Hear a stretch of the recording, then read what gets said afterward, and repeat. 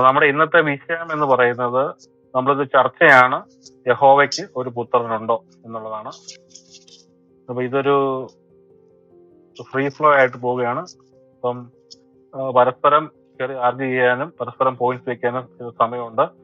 അങ്ങനെ ഇന്ന ചോദ്യം എന്നൊന്നുമില്ല, പരസ്പരം സംസാരിക്കാം, ഇടയ്ക്ക് ഒരു കൗണ്ടർ ചെയ്യാം, സംശയങ്ങൾ ചോദിക്കാം, അങ്ങനെ മുന്നോട്ട് പോകേണ്ടതാണ്. അല്ല, ഇതിനകത്ത് മോഡറേറ്ററിന്റെ ആവശ്യം സത്യത്തിലില്ല. നിങ്ങൾ രണ്ടുപേർക്കും കൃത്യമായിട്ട് ചെയ്യാൻ പറ്റുമെന്ന് നിങ്ങൾ വിശ്വസിക്കുന്നുണ്ട്. അപ്പം രണ്ട് വിശ്വാസികൾക്കും രണ്ട് വീക്ഷണമുള്ളവർക്കൊക്കെ ഈ ചർച്ച ഉപകാരപ്പെടട്ടെ എന്ന് ആശംസിച്ചുകൊണ്ട് നമുക്ക് ഈ ചർച്ച സ്റ്റാർട്ട് ചെയ്യാം. അപ്പോൾ ഇൻട്രൊഡക്ഷൻ ഒന്നും പറയണ്ട, രണ്ടുപേരും കൂടെ സംസാരിച്ചു തുടങ്ങിയാൽ മതി. ബ്രദറെ തുടങ്ങിയോ? ബ്രദറിന്റെ ആർഗ്യുമെന്റ്സ് വെച്ചോ. ശിവപാസിന്റെ ചോദ്യങ്ങളുണ്ടാവും, തിരിച്ച് ശിവപാസിന്റെ ആർഗ്യുമെന്റ്സ് വെക്കും, ഫൈബറിന്റെ ചോദ്യങ്ങളുണ്ടാവും. അങ്ങനെ പരസ്പരം ചോദ്യം ചോദിച്ച് മുന്നോട്ട് പോവാം. ഒരു കൺവെൻഷണൽ ഡിസ്കഷന് വിപരീത പഠനം ചെയ്യാം. റെഡിയല്ലേ? ഓക്കെ, സ്റ്റാർട്ട് ചെയ്തു. ശരി. ഞാൻ ഔപചാരികത സത്യം പറഞ്ഞാൽ എനിക്ക് അറിയത്തുമില്ല. എനിക്ക് സത്യം പറഞ്ഞാൽ അത്രയ്ക്ക് ഇഷ്ടമാണ് സത്യം പറഞ്ഞ. ഞാൻ ശരിക്കും ഒരു ഇൻഫോർമൽ പേഴ്സൺ ആണ്. അപ്പോ പിന്നെ ഇവിടെ പങ്കെടുക്കാൻ വന്നിരിക്കുന്ന ശിവപാസ്റ്റർക്കും അതുപോലെ തന്നെ മോഡി ചെയ്യുന്ന എല്ലാവർക്കും നന്ദി. Thanks for having me. ദൈവത്തിന്റെ നാമം ആത്മീയമായിട്ട് മഹത്വപ്പെടുമാറാകട്ടെ. അപ്പൊ നമ്മൾ ഇന്ന് ചർച്ച ചെയ്യുന്നത്, ഞാൻ ഒരു ചെറിയൊരു പ്രസന്റേഷനാ ചെയ്യുന്നത് കേട്ടോ, അങ്ങനെ നീട്ടിപ്പിടിച്ചങ്ങ് ചെയ്യും. കാരണം അത് ആൾക്കാർക്ക് ബോറാവും. അതല്ലേ നല്ലത്. എന്നിട്ട് ഓക്കെ, നമ്മളിത് ചർച്ച ചെയ്യുന്നത് പഴയ നിയമത്തിൽ യഹോവയ്ക്ക് പുത്രൻ ഉണ്ടോ എന്നുള്ളതാണ്, അതിൻ്റെ ഒരു കൺസെപ്റ്റ് ഉണ്ടോ എന്നുള്ളതാണ്. അപ്പൊ നമുക്ക് വാക്യങ്ങള് ഉദ്ധരിക്കുകയും ചെയ്യാം. അപ്പൊ വാക്യങ്ങള് ഞാൻ കഴിഞ്ഞ ദിവസത്തിൽ നിന്ന് മനസ്സിലാക്കിയത്, ഒരുപാട് വാക്യങ്ങൾ തരുന്നതിനല്ല, നമ്മൾ അതിനെ എങ്ങനെ സ്ഥാപിക്കുന്നു എന്നുള്ളതാണ് പ്രധാനമായിട്ടുള്ളത്. വാക്യങ്ങള് കുറേ വാക്യങ്ങൾ ഇങ്ങനെ വേഴ്സ് ബൈ വേഴ്സ് പറയുന്നതിലുപരി ആ വാക്യങ്ങളുടെ കോണ്ടെക്സ്റ്റും മറ്റു കാര്യങ്ങളൊക്കെ നമ്മൾ പഠിച്ചു പോകാം. അപ്പൊ താഴെ ഇരിക്കുന്നവർക്ക് ആ വാക്യങ്ങൾ അടുത്ത തവണ വായിക്കുമ്പോഴും ഹെൽപ്ഫുൾ ആകും. അങ്ങനെ വിശ്വസിക്കുന്ന ഒരു വ്യക്തിയാണ് ഞാൻ. ഓക്കെ, നമുക്കറിയാം യേശുക്രിസ്തു ദൈവത്തിന്റെ പുത്രനാണ്. അങ്ങനെ വിശ്വസിക്കുമ്പോഴാണ് രക്ഷിക്കപ്പെടുന്നത് തന്നെ എന്ന് നമുക്കറിയാം. കാരണം യോഹന്നാൻ തന്റെ ലേഖനത്തിൽ പറയുന്നുണ്ട്, അല്ലാതെ ആരാകുന്നു ലോകത്തെ ജയിക്കുന്നത്? യേശുവിനെ ദൈവപുത്രൻ. നമ്മുടെ വിശ്വാസം എന്ന് പറയുന്നത് യേശുവിനെ മൈക്കോണോ പ്രശ്നമാണോ? യേശുവിനെ ദൈവപുത്രൻ എന്ന് വിശ്വസിക്കുന്നവരാണ് ലോകത്തെ ജയിക്കുന്നത്. അവന് വിശ്വാസിയായി മാറുന്നത് അല്ലെങ്കിൽ രക്ഷിക്കപ്പെടുന്നത്. നമ്മൾ സ്നാനപ്പെടുന്ന കാര്യത്തിലാണെങ്കിലും ഒക്കെ പറയുന്നുണ്ട്, യേശുക്രിസ്തുവിനെ നീ ദൈവപുത്രൻ എന്ന് വിശ്വസിക്കുന്നു. ഞാൻ പൂർണ്ണമായി വിശ്വസിക്കുന്നു. അപ്പൊ ക്രിസ്ത്യൻ ഫെയ്ത്തിന്റെ അടിസ്ഥാനം എന്താണ്? യേശുവിനെ ദൈവപുത്രൻ എന്ന് വിശ്വസിക്കുന്നതാണ്. അപ്പൊ നമ്മള് തമ്മിലുള്ള ഒരു വ്യത്യാസം എന്ന് പറഞ്ഞാൽ, ജിജിയുടെ ഗ്ലോറിയസ് ഗോസ്പലിന്റെ ഇവര് പറയുന്ന അനുസരിച്ച്, എന്റെ ഓഡിയോ ക്ലിയർ ആണോ? അല്ലെങ്കിൽ ഒന്ന് പറയണേ. ക്ലിയർ ആണ്. പഴയ നിയമത്തിലെ യഹോവ തികച്ചും മറ്റൊരു എൻറ്റിറ്റി ആയിട്ട് പറയുമ്പോൾ, ആ ദൈവത്തിന് പുത്രനുണ്ടോ, അങ്ങനെ വാക്യങ്ങളുണ്ടോ? ആ പുത്രൻ ആരാണ്? അല്ലെങ്കിൽ ഇപ്പൊ ക്രിസ്ത്യൻ ഭാഗത്ത് എന്ന് പറയുന്നത് ഒറ്റ കാര്യമേ ഉള്ളൂ, പഴയ നിയമത്തിലെ യഹോവ തന്നെയാണ് പുതിയ നിയമത്തിലെയും ദൈവം. അവന്റെ പുത്രനാണ് യേശു ക്രിസ്തു എന്നുള്ളതാണ് ഞാൻ നടത്തുന്ന വാദഗതി. ആദ്യം നമുക്ക് പഴയ നിയമത്തിൽ നിന്നും ഉള്ള വാക്യങ്ങൾ നോക്കാം, അതിനെ പുതിയ നിയമത്തിൽ എങ്ങനെ യോജിപ്പിക്കാം എന്നുള്ളതാണ് നമുക്ക് നോക്കുന്നത്. ഒന്നാമതായ ഞാനിവിടെ ഉദ്ധരിക്കുന്നത് സദൃശവാക്യങ്ങൾ 30 നമുക്ക് 1 മുതൽ വായിച്ചു തുടങ്ങാം. കാരണം അവിടെ ചില ആർഗ്യുമെന്റ്സ് വരാൻ സാധ്യതയുണ്ട്. സദൃശവാക്യങ്ങൾ 1 ഞാൻ മുഴുവൻ വായിക്കുന്നില്ല. അവിടെ ടൈറ്റില് ചിലർ ആർഗ്യൂ ചെയ്യുന്നുണ്ട്, അത് ശലോമോന്റെ അല്ല എന്നൊരു ആർഗ്യുമെന്റ് ഉണ്ട്. കാരണം യാക്കയുടെ മകനായ ആഗൂരിന്റെ ഒരു അരുളപ്പാട് എന്നാണ്. അപ്പൊ അത് ശലോമോന്റെ അല്ല എന്നൊരു ആർഗ്യുമെന്റ് ഉണ്ട്. പക്ഷെ നമുക്ക് നല്ല സ്കോളർഷിപ്പ് യഹൂദരുടെ നമ്മൾ വായിച്ചാല് നമുക്ക് മനസ്സിലാവുന്നത്, ഇത് ശരിക്കും ഒരു പേരല്ല. എനിക്ക് അറിയാമെന്ന് തോന്നുന്നു. ആഗൂർ എന്ന വാക്ക് ഗ്യാദർ, ശേഖരിച്ച് വെച്ചവൻ. യാക്കെ എന്ന് വെച്ച് കഴിഞ്ഞാൽ ഛർദിച്ച് കളഞ്ഞവൻ എന്നാണ്. ഒരിക്കലും ഒരാൾ യാക്കെ എന്ന് പേരിടാറില്ല. യാക്കെ എന്ന് പേരിടാറില്ല. അത് ഞാനൊരു ഉദാഹരണം പറയാം. ഇപ്പം പിന്നെ സഭാപ്രസംഗിയില് 1-ാം അധ്യായത്തിൽ 2 തവണ പറയുന്നത് ദാവീദിന്റെ മകനായ സഭാപ്രസംഗിയുടെ പറയുന്നത്. ദാവീദ് സ്വയം സഭാപ്രസംഗി എന്നാണ് പറയുന്നത്. ഞാൻ പറഞ്ഞത് ഇവിടെ ഒരു ആർഗ്യുമെന്റിന്റെ വഴി ഉണ്ടെങ്കിൽ അവിടെ അടയ്ക്കാണ്. ഇത് സത്യത്തിൽ നമ്മൾ ശലോമോന്റെ തന്നെയാണ് സദൃശവാക്യം. ഞാൻ 30-ാം അധ്യായം 1-ാം വാക്യം ഞാനത് പറഞ്ഞതേ ഉള്ളൂ. താഴോട്ട് നമ്മൾ വായിക്കുമ്പോൾ ഒരു സെക്കൻഡ് ഞാൻ വേണ്ടത്തോടെ നമ്മളോട് പറഞ്ഞു വരുന്നത്, പഴയ നിയമ പുസ്തകങ്ങൾ അനുസരിച്ച് യഹോവയ്ക്കൊരു പുത്രനുണ്ടോ എന്നുള്ളതാണ്. അതിനുവേണ്ടി എടുത്ത് സെർച്ച് വാക്യങ്ങൾ 30:1 ഞാൻ തുടങ്ങിയതാണ്. ആഗൂരിൻ്റെ വചനങ്ങളെന്നാണ്, യാക്കയുടെ മകനായ. അതൊരു പേരായിട്ടല്ല, ഒരു നല്ല സ്കോളർഷിപ്പ് യഹൂദർ വിശ്വസിക്കുന്നത് ഇത് ദാവീദിന്റെ ക്യാരക്ടറും ദൈവജ്ഞാനത്തെ തിരസ്കരിക്കുകയും തള്ളിക്കളയുകയും ചെയ്ത ദാവീദിനെ, എന്നാൽ അതിന് ജ്ഞാനത്തിനായിട്ട് ആർജിക്കുകയും അതിനുവേണ്ടി നിലനിൽക്കുകയും ചെയ്യുന്ന ശലോമോൻ എന്നുള്ള അർത്ഥത്തിലാണ് അവിടെ പറയുന്നത്. താഴോട്ട് വായിക്കുമ്പോൾ ദൈവമേ ഞാൻ അധ്വാനിച്ചു എന്നൊക്കെ പറഞ്ഞിട്ട് ഞാൻ 3-ാം വാക്യം, ഞാൻ ജ്ഞാനം അഭ്യസിച്ചിട്ടില്ല, പരിശുദ്ധനായവൻ്റെ ജ്ഞാനം എനിക്കില്ല. ദൈവത്തെ പറ്റിയാണ് പറയുന്നത്. ദൈവത്തിൻ്റെ ജ്ഞാനം നമുക്ക് ഇൻകോംപ്രിഹെൻസിബിൾ ആണ്. സ്വർഗത്തിൽ കയറുകയും ഇറങ്ങി വരികയും ചെയ്തവൻ ആര്? കാറ്റിനെ തൻ്റെ മുഷ്ടിയിൽ പിടിച്ചിറക്കിയവൻ ആര്? വെള്ളങ്ങളെ വസ്ത്രത്തിൽ കെട്ടിയവൻ ആര്? ഭൂമിയുടെ, ഇവിടെ പറയുന്നത് സ്വർഗത്തിൽ കയറുകയും ഇറങ്ങി വരികയും ചെയ്തവൻ ആര്? കാറ്റിനെ, അതായത് പ്രകൃതിയുടെ മേൽ നിയന്ത്രണമുള്ള ആരാ? അത് ദൈവമാണ്, നമുക്കറിയാം. വെള്ളങ്ങളെ വസ്ത്രത്തിൽ കെട്ടിയ, അതായത് കടലിന് മേൽ ഭൂമിയുടെ അതിരുകളൊക്കെ നിയമിച്ചവനാര്? സൃഷ്ടാവ് ആരാണ്? അവൻ്റെ പേരെന്ത്? ദൈവത്തിൻ്റെ കാര്യമാണ് പറയുന്നത്. അവൻ്റെ പേരെന്ത്? അവൻ്റെ മകൻ്റെ പേരെന്ത് നിനക്കറിയാമോ? അപ്പോൾ ദൈവത്തെക്കുറിച്ചാണ് പറയുന്നത്. അത് അവര് ആരാധിക്കുന്ന, യഹൂദർ ആരാധിക്കുന്ന യഹോവയെ കുറിച്ചാണ് പറയുന്നത്. കാരണം 9-ാമത്തെ വാക്യത്തിൽ പറയുന്നത്, ഞാൻ തൃപ്തനായി തീർന്നിട്ട് യഹോവ എന്നെ, കാരണം പിന്നെ പ്രാർത്ഥിക്കുന്ന ഒരു അപേക്ഷയാണ്. കാരണം ഞാൻ 2 കാര്യം നിന്നോട് അപേക്ഷിക്കുന്നു, ജീവനെന്ന് അവ നിഷേധിക്കരുത്, എന്നോട് തിന്മ അകറ്റണം. അതുപോലെ തന്നെ പിന്നെ പറയുകയാണ്, ഞാൻ തൃപ്തനായി തീർന്നിട്ട് യഹോവ ആരെന്ന് നിഷേധിക്കും. അത് ചുരുക്കി പറഞ്ഞാൽ പൈസ കൂടുതലുണ്ടായിട്ട് ദൈവത്തെ തള്ളിക്കളയാനോ, ദരിദ്രനായിട്ട് വല്ല അതിക്രമവും ചെയ്ത് പാപിയായി തീരാനോ അനുവദിക്കരുത്. പക്ഷെ ഞാനവിടെ പോയിന്റ് ചെയ്യാൻ ഉദ്ദേശിക്കുന്നത്, ഇവിടെ വിളിച്ചപേക്ഷിക്കുന്നത് മുകളിൽ പ്രസ്താവിച്ച പരിശുദ്ധനായവൻ യഹോവയാണെന്ന് ഞാൻ കാണിക്കാനാണ് ആ വാക്യം ഞാൻ ഉദ്ധരിച്ചത്. സെർച്ച് വാക്യങ്ങൾ 30:9. അപ്പം 3-3 നമ്മൾ 3-4 കണ്ടു, ഈ പരിശുദ്ധനായവന് ഒരു മകനുണ്ട് എന്നുള്ളതാണ്. യോഹന്നാന്റെ സുവിശേഷം, ഞാൻ അതിൻ്റെ പുതിയ നിയമത്തിൽ എങ്ങനെയാണ് നമ്മൾ കാണുന്നത്? യേശുക്രിസ്തു നിക്കോദെമോസിനോട് പറയുന്നുണ്ട്, സ്വർഗത്തിൽ നിന്ന് ഇറങ്ങി വന്നവനായ മനുഷ്യപുത്രൻ്റെ ആരും സ്വർഗത്തിൽ കയറിയിട്ടില്ല. ഇവിടെ പറയുന്നത് സ്വർഗത്തിലേക്ക് ഇറങ്ങി ആ ഡിവൈൻ നോളജിന്റെ കാര്യമാണ് പറയുന്നത്. അത് ദൈവപുത്രനായ യേശു ക്രിസ്തുവിനേ ഉള്ളൂ. അതുപോലെ തന്നെ നമ്മൾ കാണുന്നു മത്തായി സുവിശേഷം, മർക്കോസ് സുവിശേഷന്റെ വിശേഷമൊക്കെ, പിന്നെ കാറ്റിനെ പിടിച്ചിറക്കുന്ന കർത്താവിനെ നമുക്ക് കാണാൻ സാധിക്കും. അതിനോട് ചേർത്താണ് ശരിക്കും ഇതിന്റെ ഡീറ്റെയിൽ പഠനമുണ്ട്. ഞാൻ ഒരുപാട് ഡീറ്റെയിൽ വന്നില്ല. ഇവിടെ ഉപയോഗിച്ചിരിക്കുന്ന വാക്ക് ഹാദോഷീം എന്നാണ്. അവിടെ മൾട്ടിപ്പിൾ ഉണ്ടെന്നുള്ളൊരു വാക്കുണ്ട്. നിങ്ങൾ ബൈബിൾ ഹബിലൊക്കെ കയറി നോക്കിയാൽ മതി. ഞാൻ ഒരുപാട് അങ്ങ് ഡീറ്റെയിലേക്ക് പോകുന്നില്ല. ബോട്ടം ലൈൻ ഇതാണ്, സദൃശ്യവാക്യത്തിന്റെ ഈ വാക്യത്തിൽ അവനൊരു മകനുണ്ട് എന്ന് നമുക്ക് അവിടെ കാണാൻ സാധിക്കുന്നതാണ്. അതിന്റെ റിപ്ലൈ എനിക്ക് കിട്ടുമെന്ന് തോന്നുന്നു. കാരണം ഇത് അനിഷേധ്യമായ ഒരു പ്രൂഫായിട്ട് നമുക്ക് കാണാൻ സാധിക്കും. അതായത് അവൻ്റെ പേരെന്ത്, അവൻ്റെ മകൻ്റെ പേരെന്ത് നിനക്കറിയാമോ? അങ്ങനെ ഒരു മർമ്മം എന്ന നിലയിൽ ദൈവത്തിനൊരു മകനുണ്ടെന്നും അവൻ എന്താണ് ദൈവത്തോട് തുല്യനാണെന്നുള്ള രീതിയിൽ തന്നെ അവിടെ അവതരിപ്പിക്കുന്നതായിട്ട് നമുക്ക് കാണാൻ സാധിക്കും. ഇനി സങ്കീർത്തനം 2:7 ഞാനൊരു നിർണയം പ്രസ്താവിക്കുന്നു. യഹോവ എന്നോട് അരുളി ചെയ്തു, നീ എൻ്റെ പുത്രൻ, ഇന്ന് ഞാൻ നിന്നെ ജനിപ്പിച്ചിരിക്കുന്നു. ഈ സങ്കീർത്തനം ആദ്യം മുതൽ അവസാനം വരെ നമുക്ക് ഇത് മെഷിയാനിക് സങ്കീർത്തനമാണെന്ന് കാണാൻ സാധിക്കും. കാരണം 2:1-2 ഒക്കെ അപ്പോസ്തല പ്രവൃത്തി 4:27-28 ജാതികൾ കലഹിക്കുന്നതും വംശങ്ങൾ വ്യർത്ഥമായി നിരൂപിക്കുന്നതും എന്ത്, യഹോവയ്ക്കും അവൻ്റെ അഭിഷക്തനും വിരോധമായി ഭൂമിയിലെ രാജാക്കന്മാർ എഴുന്നേൽക്കുകയും അധിപതികൾ തമ്മിൽ ആലോചിക്കുകയും ചെയ്യുന്നത് എന്നൊക്കെ പറഞ്ഞിട്ട്, ഇത് തന്നെ ആദിമസഭയിലെ അപ്പോസ്തലർ പ്രാർത്ഥിക്കുമ്പോൾ എടുത്തു പറയുന്നതായിട്ട് നമുക്ക് അപ്പോസ്തല പ്രവൃത്തിയിലെ 4-ാം അധ്യായത്തിന്റെ 27-ാം വാക്യം നമുക്ക് കാണാൻ സാധിക്കും. അവിടെ യേശുവിനെ പറ്റിയാണ് പറയുന്നത്. ഞാൻ ഇവിടെ ചൂണ്ടിക്കാണിക്കുന്നത് അതിന്റെ അവസാന വാക്കും 7-ാം വാക്യവും കൂടെയാണ്. മറ്റനേക പോയിന്റുകൾ ഇല്ലെന്നല്ല. അവസാന വാക്ക്, അവൻ കോപിച്ചിട്ട് നിങ്ങൾ വഴിയിൽ നശിക്കാതിരിക്കാൻ അവന്റെ പുത്രനെ ചുംബിപ്പിൻ. അപ്പം നമുക്കറിയാം പലപ്പോഴും മെസിയാനിക് പ്രോഫസി എന്ന് പറയുന്നത് dual fulfilment, minimum dual fulfil അല്ല മൾട്ടിപ്പിൾ ഫുൾഫിൽമെന്റ് ആയിരിക്കും.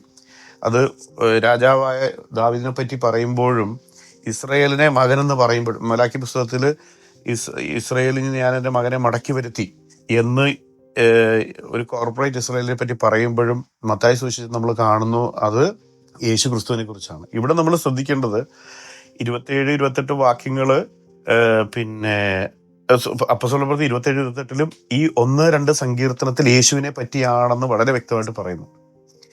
ഒരു വാക്യം ഞാൻ പർട്ടിക്കുലർലി കാണിക്കാൻ ആഗ്രഹിക്കുന്നത് അതിന്റെ 7-ാം വാക്യമാണ്. ഞാനൊരു നിർണയം പ്രസ്താവിക്കുന്നു. യഹോവ എന്നോട് അരുളി ചെയ്തത്, നീ എന്റെ പുത്രൻ, ഇന്ന് ഞാൻ നിന്നെ ജനിപ്പിച്ചിരിക്കുന്നു.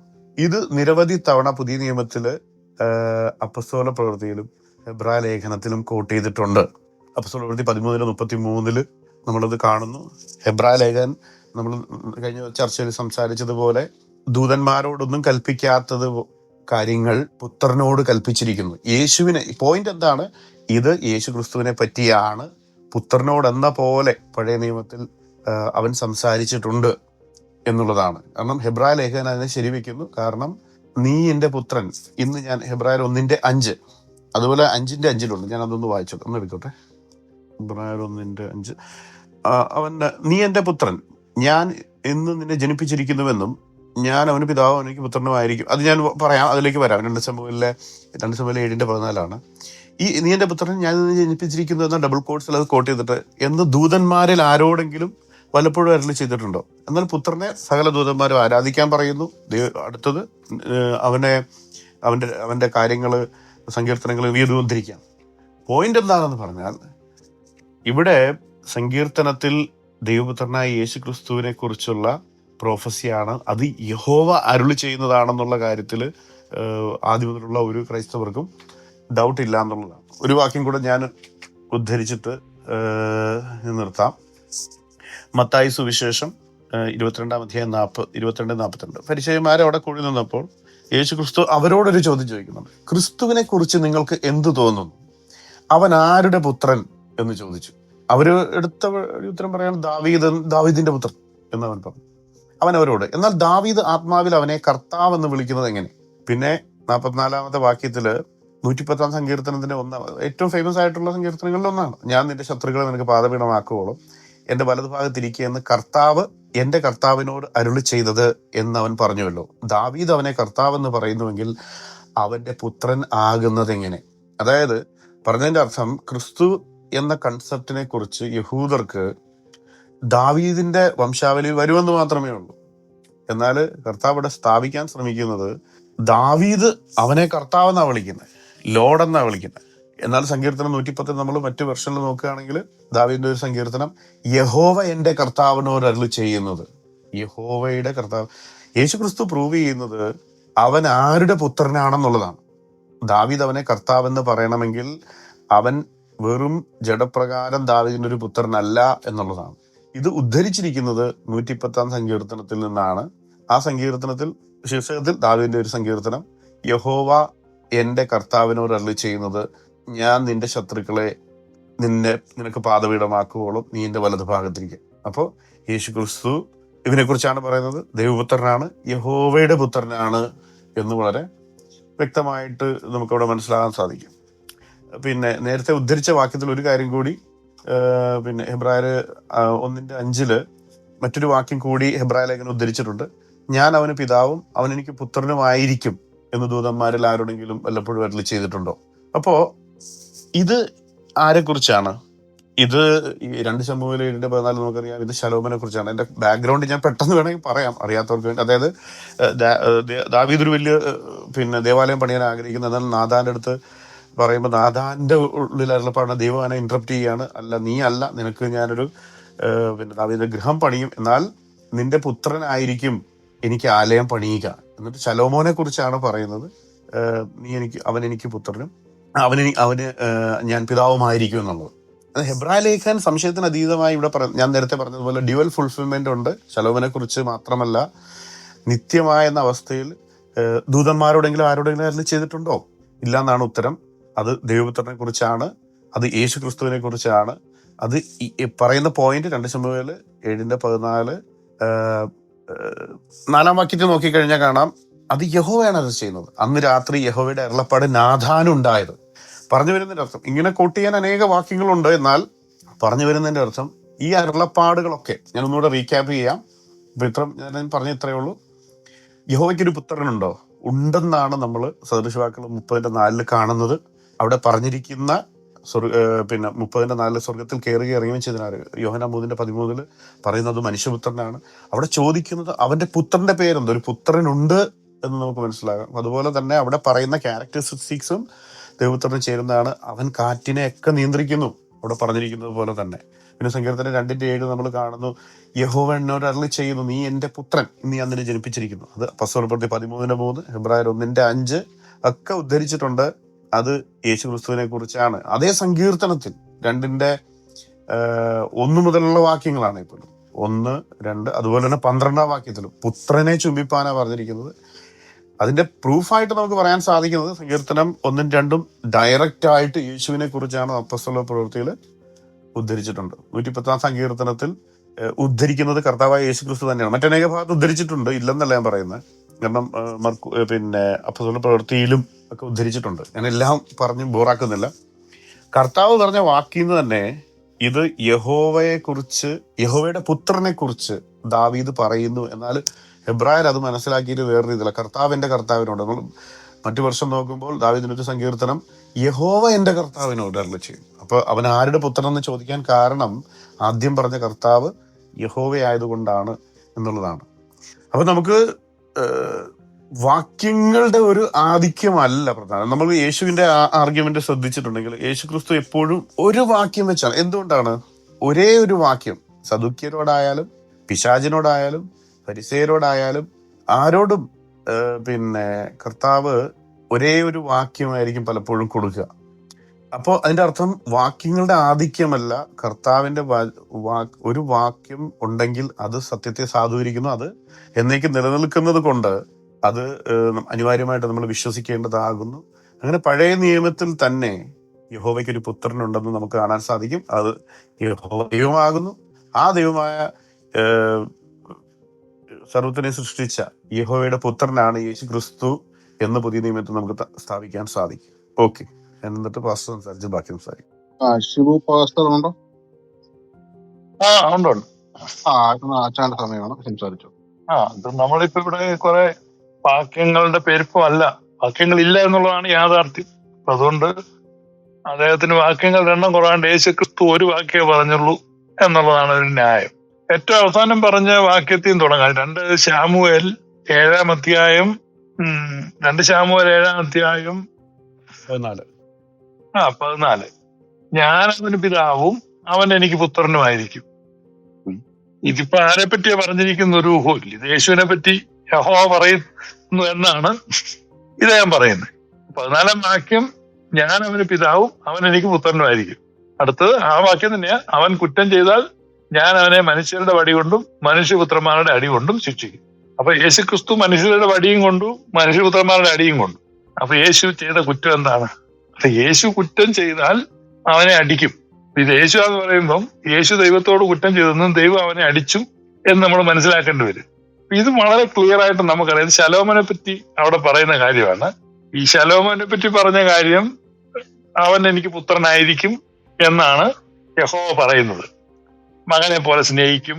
പക്ഷെ ഒരു കണ്ടീഷനുണ്ട്, എന്തെങ്കിലും തെറ്റ് വന്നു കഴിഞ്ഞാൽ മകന്റെ സ്നേഹമൊക്കെ ഞാൻ മറക്കും.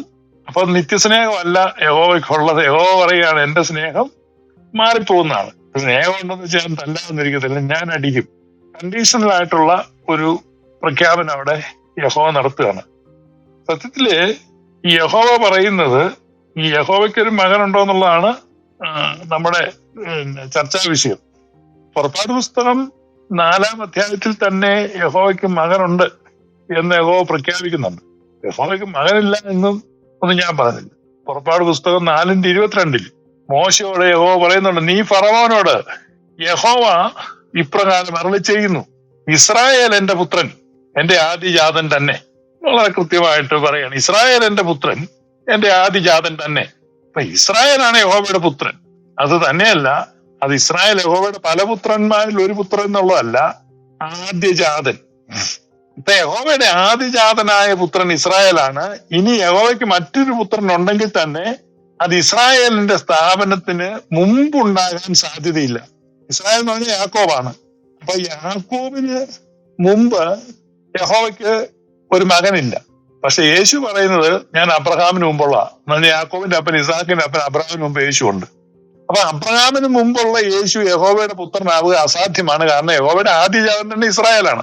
ഈ ഒരു 5 പോയിന്റ് ഇപ്പം നമ്മളോട് പറഞ്ഞു. ഒത്തിരി വാക്യങ്ങളൊന്നും വേണ്ട, ഒരു വാക്യം തന്നെ കൃത്യമായിട്ട് ആശയം വരുന്നുണ്ടെങ്കിൽ നമ്മൾ അവിടെ കൊണ്ട് കൺക്ലൂഷനിൽ എത്തുകയാണ്. അപ്പൊ ഇവിടെ കൊണ്ട് എനിക്ക് കൺക്ലൂഷനിൽ എത്താം. ഇനിയിപ്പോ 100,000 വാക്യങ്ങളിലേക്ക് പോകണ്ട. കാരണം യഹോവയ്ക്ക് ഒരു പുത്രനുണ്ട്, അത് ഇസ്രായേലാണെന്നും അത് ആഗ്രഹിക്കുന്നവനാണെന്നും വളരെ കൃത്യമായിട്ട് പറയുകയാണ്. ഇസ്രായേൽ എന്ന പേര് തന്നെ യാക്കോബിനാണ് കിട്ടുന്നത്. അപ്പൊ യാക്കോബിന്റെ അപ്പൻ ഇസാക്കിന്റെ അപ്പൻ അബ്രഹാമിന് മുമ്പേ ഉള്ള യേശു ഒരിക്കലും യഹോവയുടെ പുത്രനാകാൻ സാധിക്കില്ല. കേസ് ഡിസ്മിസ്ഡ് എന്നാണ് എനിക്ക് തോന്നുന്നത്. ഇത് കൂടുതൽ ഇപ്പൊ എന്തോ പറയാനാ? നീ 5 പോയിന്റ് പറഞ്ഞു. ഓക്കെ, 2 ശമൂവേൽ 7:14 ക്രിസ്തുവിനെ കുറിച്ചാണെന്ന് ഞാനല്ല പറഞ്ഞത്. ഹെബ്രായ ലേഖനം 1:5 ഞാൻ ആ വാക്യം ഒന്ന് വായിക്കാം. അതായത് അപ്പസ്തോലന്മാരുടെ വാക്കുകൾ വിശ്വസിക്കുന്നവരാണ് ക്രിസ്ത്യാനികൾ. ഞാൻ ഇന്ന് ജനിപ്പിച്ചിരിക്കുന്നു എന്നും. അടുത്തത് അതെവിടെയാണ്? സങ്കീർത്തനം 2-ാം അധ്യായത്തിൽ നിന്നാണ് എടുത്തിരിക്കുന്നത്. ഞാൻ പറഞ്ഞത് 2 ശമൂവേൽ 7:14 അടുത്ത് ഉദ്ധരിച്ചിരിക്കുകയാണ്. ഞാൻ അവന് പിതാവും അവൻ എനിക്ക് പുത്രനുമായിരിക്കും എന്നും. കണ്ടോ, മെസ്സിയാനിക് പ്രോഫസി വരുന്നത് ആ വാക്യത്തിൽ നിന്നും ആത്മാവിൽ അപ്പസ്തോലന്മാർ എങ്ങനെ കോട്ട് ചെയ്തിരിക്കുന്നു എന്നുള്ളതാണ്. അത് വിശ്വസിക്കുക എന്നുള്ളതാണ് ആത്യന്തികമായിട്ട്. കണ്ടോ, ഹെബ്രായ ലേഖനം 1:5 എനിക്ക് ചോദിക്കാനുള്ളത്, നീ എന്റെ പുത്രൻ, ഞാൻ ഇന്ന് നിന്നെ ജനിപ്പിച്ചിരിക്കുന്നു എന്നും ഞാൻ അവന് പിതാവും അവൻ എനിക്ക് പുത്രനുമായിരിക്കും എന്നും ദൂതന്മാരിൽ ആരോടെങ്കിലും വല്ലപ്പോഴും അരുളി ചെയ്തിട്ടുണ്ടോ? അത് പുത്രനോടാണ് എന്നാ പറഞ്ഞിരിക്കുന്നത്. ഹെബ്രായ ലേഖൻ പറയുന്നത് ഇത് യേശു ക്രിസ്തുവിനെ കുറിച്ചാണ്. അതിന് ശിവ പാസ്റ്റർ വെച്ച കൗണ്ടർ ആർഗ്യുമെന്റ് അടുത്ത വാക്യത്തിൽ ഐ വിൽ ഡിസിപ്ലിൻ ഹിം, അവൻ കുറ്റം ചെയ്താൽ ഞാൻ അവനെ ശിക്ഷിക്കും. മെസ്സിയാനിക് പ്രോഫസീസ് നമുക്ക് ഇനി രണ്ടുപേരും പ്രസന്റേഷൻ കഴിഞ്ഞു. ഇനി പരസ്പരം ചോദ്യങ്ങൾ ചോദിച്ചാൽ അതിന് കൗണ്ടർ ചെയ്ത് അങ്ങനെ പോവാം. അതാണ് എന്റെ ചോദ്യം. അത് ഓക്കെ. ഹെബ്രായ ലേഖനം 1:5 ഉദ്ധരിച്ചിരിക്കുന്ന ഞാൻ അവന് പിതാവും അവൻ എനിക്ക് പുത്രനുമായിരിക്കും എവിടെ നിന്നാണ് ഉദ്ധരിച്ചിരിക്കുന്നത്? അത് ആരെക്കുറിച്ചാണെന്നാണ് ഹെബ്രായ ലേഖൻ പറയുന്നത്? ദൂതന്മാരോടല്ലെന്ന് പറയുന്നു. അത് പുത്രനെ കുറിച്ചാണെന്നാണ് അവിടെ പറയുന്നത്. ഞാനത് ഉദ്ധരിച്ചത് ശലോമോനെ കുറിച്ച് ഉദ്ധരിച്ചിട്ടുണ്ട്, അല്ലെന്നല്ല പറഞ്ഞേ. എല്ലാ മെസ്സിയാനിക് പ്രോഫസീസും ഇമീഡിയറ്റ്ലി ദാവീദിനെ കുറിച്ച് ഇമീഡിയറ്റ് ഫുൾഫിൽമെന്റ് ഉണ്ട്, പിന്നെ അതിന്റെ ഡിസ്റ്റന്റ് ഫുൾഫിൽമെന്റ് ഉണ്ട്. ആ ഡിസ്റ്റന്റ് ഫുൾഫിൽമെന്റ് ഇത് ഒരു വാക്യത്തെ കുറിച്ച് മാത്രമല്ല ഞാൻ പറഞ്ഞത്. അപ്പോൾ ഈ ഹെബ്രായർ 1:5 ഇത് ആരെ കുറിച്ചാണ് പറഞ്ഞിരിക്കുന്നത്? ഈ വാക്യം ഉദ്ധരിച്ചിരിക്കുന്ന ആരെ കുറിച്ചാണ്? എന്നോട് ചോദിച്ചാണോ? അതെ, മോസ്റ്റ് പറഞ്ഞത്. ആയിക്കോട്ടെ. ഇതിപ്പോ ഞാൻ ചോദിച്ച ചോദ്യത്തിന് ഉത്തരവില്ല. അപ്പൊ ഞാനിപ്പോ ഇതിന് ഉത്തരം പറയും. അത് കഴിയുമ്പോൾ ഞാൻ ആ ചോദിച്ച ചോദ്യത്തിലേക്ക് പോകണം. കാരണം അബ്രഹാമിന് മുമ്പുള്ള യേശു എങ്ങനെയാണ്?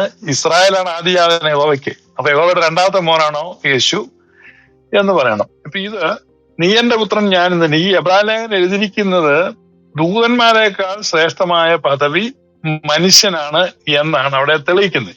അപ്പൊ അതുകൊണ്ട് ചോദിക്കുകയാണ്, നീ എന്റെ പുത്രൻ, ഇന്ന് ഞാൻ നിന്നെ ജനിപ്പിച്ചിരിക്കുന്നു എന്ന് ദൂതന്മാരോട് ആരോടെങ്കിലും അരുളി ചെയ്തിട്ടുണ്ടോ? ഇല്ല. ശലോമോനോടാണ് അരുളി ചെയ്തിരിക്കുന്നത്. മനുഷ്യനോടുള്ള അരുളപ്പാടാണ്. മനുഷ്യർക്കാണ് ആ പുത്രപദവി കിട്ടാൻ സാധ്യതയുള്ളത്. ദൂതന്മാർക്ക് പുത്രപദവി കിട്ടുക എന്ന് മാത്രമേ അതിന്റെ അർത്ഥമുള്ളൂ. അങ്ങനെ ഞാൻ ഇതിനെ മനസ്സിലാക്കുന്നത്. 5 പോയിന്റും അങ്കിളും രണ്ടുപേരും ഫോണിൽ പോയിരിക്കാണ്. അപ്പൊ പിന്നെ അതിന് വിശദീകരണം കുറച്ചുകൂടെ പറഞ്ഞേക്കാം. അപ്പൊ ഈ പഴയ നിയമത്തിൽ ഇല്ലെന്ന് ഫോണില്, പഴയ നിയമത്തില് നമുക്ക് നിഴലുകളാണ് കാണുന്നത്. പുതിയ നിയമത്തിലേക്ക് വരുമ്പോൾ അതിനെ ആ നിഴലുകളെ ഉദ്ധരിക്കുന്നു എന്നേ ഉള്ളൂ. ടൈപ്സ് ആണത്. പുള്ളി വന്നിട്ട് വന്നോ?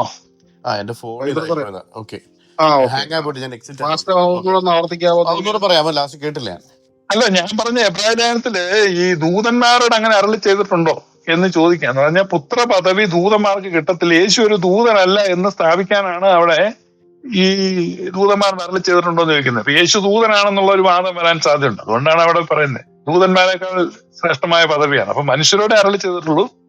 പുത്രപദവി ഒരിക്കലും ദൂതന്മാർക്കില്ലെന്നുള്ളത് തെളിയിക്കാനാണ് അവിടെ അത് ഉദ്ധരിച്ചിരിക്കുന്നത്. ഞാൻ പറഞ്ഞു എബ്രായ ലേഖനം 1:5 യേശു യഹോവയുടെ പുത്രനാണെന്ന് തെളിയിക്കാനല്ല. അല്ല, അവിടെ നീ എന്റെ പുത്രൻ, ഞാൻ ഇന്ന് നിന്നെ ജനിപ്പിച്ചിരിക്കുന്നു എന്ന് യേശുവിനെ പറ്റിയാണ്, അല്ലെ? അത് അപ്പോസ്തല പ്രവൃത്തി 13:33 ഒക്കെ ഉണ്ട്. അല്ല, ഞാൻ പറയുന്നത് ഞാൻ അവന് പിതാവും അവൻ എനിക്ക് പുത്രനായിരിക്കുമെന്ന് ദൂതന്മാരിൽ ആരോടെങ്കിലും വല്ലപ്പോഴും അരുളി ചെയ്തിട്ടുണ്ടോ? കാരണം അപ്പോസ്തല പ്രവൃത്തി 13 വായിക്കാം നമുക്ക്. അവിടെ എന്താ എഴുതിയിരിക്കുന്നത്? 13:33. അതെ. അത് യേശു ക്രിസ്തുവിനെ ഉയർത്തെഴുന്നേൽപ്പിക്കുന്നതിനെ കുറിച്ചല്ലേ അവിടെ പറയുന്നേ? അത് ഉദ്ധരിച്ചിരിക്കുന്നത് പഴയ നിയമത്തിൽ നിന്നാണ്. അത് ഉദ്ധരിച്ചിരിക്കുന്നത് പഴയ നിയമത്തിൽ നിന്നാണ്. അതെ. പഴയ നിയമം. അതായത് യഹൂദന്മാരോട് പ്രസംഗിക്കുമ്പോൾ അവരുടെ തിരുവെഴുത്തുകളെ ഉദ്ധരിച്ചും അതിനെ ആധാരമാക്കി ഇവര് സുവിശേഷം പറയുകയാണ്. അപ്പൊ യേശു ഉയർപ്പിക്കപ്പെട്ടതിനെ കുറിച്ചാണ് അവിടെ പറയുന്നത്. അപ്പൊ യേശു അങ്ങനെ യഹോവയുടെ പുത്രനായി എന്ന് പറയുന്നത്. അല്ല, അത് എപ്പോൾ പറഞ്ഞു എന്നുള്ളത് മറ്റൊരു കാര്യം, അത് മറ്റൊരു ആർഗ്യുമെന്റ് ആണ്. പക്ഷെ അത് യേശുവിനെ കുറിച്ചാണോ എന്നുള്ളതാണ്. അല്ല, അതിൽ അർത്ഥമില്ലെന്ന്. അതാ ഈ പറഞ്ഞ ഇത് നിഴലുകളാണ്. പഴയ നിയമത്തിൽ ദാവീദിന്റെ മകനായിട്ട് ശലോമോൻ ജനിക്കുന്നു. അപ്പൊ ഇവിടെ ദൈവത്തിന്റെ പുത്രനായിട്ട് യേശു വരുന്നു. ഇത് ടൈപ്സ് അല്ലേ, നിഴലുകളല്ലേ? ഇപ്പൊ നിങ്ങൾ ഈ പറയുന്ന ഈ വാദം യഹോവയ്ക്ക് പുത്രനുണ്ട് എന്ന് പറയുന്നത് സംബന്ധിച്ച് യഹോവ കേൾക്കാമെങ്കിൽ യഹോവ കോപാകുലനാകും. കാരണം 60ഓളം വാക്യങ്ങളിൽ താൻ ഏകനാണെന്നും ഒറ്റയ്ക്കാണെന്നും തന്റെ കൂടെ ആരുമില്ല എന്നും യഹോവ പറയാണ്. വളരെ വ്യക്തമായ വാക്യങ്ങൾ. പക്ഷെ നിങ്ങൾ വളരെ അസ്പഷ്ടമായ വാക്യങ്ങൾ വെച്ച് ഏണി വെച്ച് യഹോവയ്ക്ക് മകനുണ്ടെന്ന് തെളിയിക്കാൻ ശ്രമിക്കുകയാണ്. പക്ഷെ ഇവിടെ യഹോവ വളരെ കൃത്യമായിട്ട് എക്സ്പ്ലിസിറ്റ് സ്റ്റേറ്റ്മെന്റ് ആണ് യഹോവ പറയുന്നത്. ഞാൻ ഈ സൃഷ്ടികർമ്മം നടത്തുമ്പോൾ എന്റെ കൂടെ ആരുമില്ലായിരുന്നു. No one was there with me. പക്ഷെ പുതിയ നിയമം പറയാണ് ഉളവായതൊന്നും അവനെ കൂടാതെ ഉളവായിട്ടില്ല, ഉളവായതെല്ലാം അവനിലൂടെയാണ് ഉളവായത്. അപ്പൊ സൃഷ്ടികർമ്മത്തിൽ പുത്രൻ ഉണ്ടായിരുന്നു എന്നുള്ള വിധത്തിൽ പൗലോസ്ലീഹാക്ക് ന്യൂ ടെസ്റ്റമെന്റിൽ ആർഗ്യുമെന്റ് കൊണ്ട് വെക്കുമ്പോ യഹോവ പറയാണ് ഞാൻ ആകാശത്തെ പരത്തുകയും ആകാശത്തെ വിരിക്കുകയും ഭൂമിയെ പരത്തുകയും ഒക്കെ ചെയ്തുകൊണ്ടിരുന്നപ്പോ ഒരുത്തനും എന്റെ കൂടെ ഇല്ലായിരുന്നു. Non was there. തള്ളിക്കളഞ്ഞിരിക്കുക, മൊത്തം ഈ ആശയത്തെ തള്ളിക്കളഞ്ഞിരിക്കുക. അപ്പൊ അവിടെ പുത്രനുണ്ടെന്ന് നിങ്ങൾക്ക് തെളിയിക്കാൻ പറ്റില്ല. പിന്നെ നിങ്ങളുടെ വാദം ശരിയാണ്, പിന്നെ പുത്രൻ ഉണ്ടായി എന്ന് പറയണം. അങ്ങനെയാകുമ്പോൾ ഈ പുത്രന്റെ നിത്യത പോയി. പുത്രൻ പിന്നെ ഉണ്ടായ പുത്രനായി വളരെ ഇൻഫീരിയർ സണ്ണാണ്. കാരണം യഹോവ എന്റെ ആദിജാതൻ ഇസ്രായേലാണ്. അപ്പൊ ഇസ്രായേലിന് മുമ്പ് ഒരു ആദിജാതന് മുമ്പ് ഒരു ഏകജാതൻ ഉണ്ടാവോ? ഇല്ല. അപ്പോ അനാദിയിലെ യഹോവയ്ക്ക് ഒരു പുത്രനുണ്ടെങ്കിൽ ഇസ്രായേലും എന്റെ ഒരു മകനാന്നേ പറയാൻ പറ്റത്തുള്ളൂ. ഇസ്രായേൽ എന്റെ ആദിജാതനാണെന്ന് പറഞ്ഞോടുകൂടെ പോയി, കംപ്ലീറ്റ് ആർഗ്യുമെന്റ് പോയി. അതാണ് പുറപ്പാട് 4:22. യഹോവ അരുളി ചെയ്യുന്നു, ഇസ്രായേൽ എന്റെ പുത്രൻ, എന്റെ ആദ്യജാതൻ തന്നെ. അതിനെ അഡ്രസ് ചെയ്യാനാണ് ഞാൻ ആവശ്യപ്പെട്ടത്. അത് താങ്കൾ അഡ്രസ് ചെയ്തില്ല. ഇനിയെങ്കിലും അതിനെ അഡ്രസ് ചെയ്യും. അതിലേക്ക് വരാം. ഹോശേയ പ്രവചനത്തില് അതിന്റെ എടുത്തോട്ടെ, ഇസ്രയേലിനെ പുത്രനായിട്ട് തന്നെ പറഞ്ഞിട്ടുണ്ട്. ഇസ്രയേൽ ബാലനായിരുന്നപ്പോൾ ഞാൻ അവനെ സ്നേഹിച്ചു, മിസ്രൈമിൽ നിന്ന് ഞാൻ എന്റെ മകനെ വിളിച്ചു. ആരെക്കുറിച്ചാ പറയുന്നത്? ഇസ്രായേലിനെ കുറിച്ചാണ്, യാക്കോബിനെ കുറിച്ചാണ് പറയുന്നത്. പക്ഷെ ഇത് ഫുൾഫില്ല് ചെയ്യപ്പെടുന്നത് എവിടെയാണ്? മത്തായി സുവിശേഷം നമ്മൾ കാണുന്നു. മത്തായി 2 ഒരു സെക്കൻഡ് ഞാൻ എടുത്തോട്ടെ, 15 മിസ്രൈമിൽ നിന്ന് ഞാൻ എന്റെ മകനെ വിളിച്ചു വരുത്തി എന്ന് കർത്താവ് പ്രവാചകൻ മുഖാന്തരം അരുളി ചെയ്തത് നിവൃത്തി വരുവാൻ സംഗതി വന്നു. ആരെക്കുറിച്ചാണ് പറയുന്നത്? യേശുവിനെ കുറിച്ചാണ് പറയുന്നത്.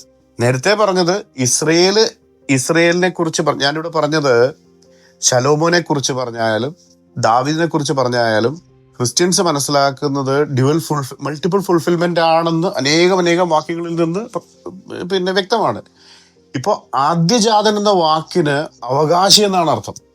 കാരണം ഹെബ്രായ ലേഖനത്തിൽ നമ്മൾ കാണുന്നത്, ഞാൻ പറയുന്ന ഉത്തരം ശ്രദ്ധിച്ചു കേൾക്കുക. ആദ്യജാതൻ എന്ന് പറഞ്ഞാൽ അവകാശി എന്ന, സകല സൃഷ്ടിക്കും ആദ്യജാതൻ എന്ന് പറഞ്ഞാൽ അവകാശി എന്നാണ് അർത്ഥം. ഇസ്രയേൽ സ്വർഗത്തിൽ പേരെഴുതിയിരിക്കുന്ന ആദിജാതന്മാർ, അവങ്ങനെ ഒരുപാട് ആദിജാതന്മാര് ഒരുമിച്ച് ജനിച്ചവരെന്നല്ല അർത്ഥം. ആദിജാതൻ എന്ന ഹിബ്രു കൺസെപ്റ്റ് മനസ്സിലാക്കേണ്ടത് ജ്യേഷ്ഠാവകാശം എന്നുള്ളൊരു കൺസെപ്റ്റ് ചെയ്യുന്നതാണ്.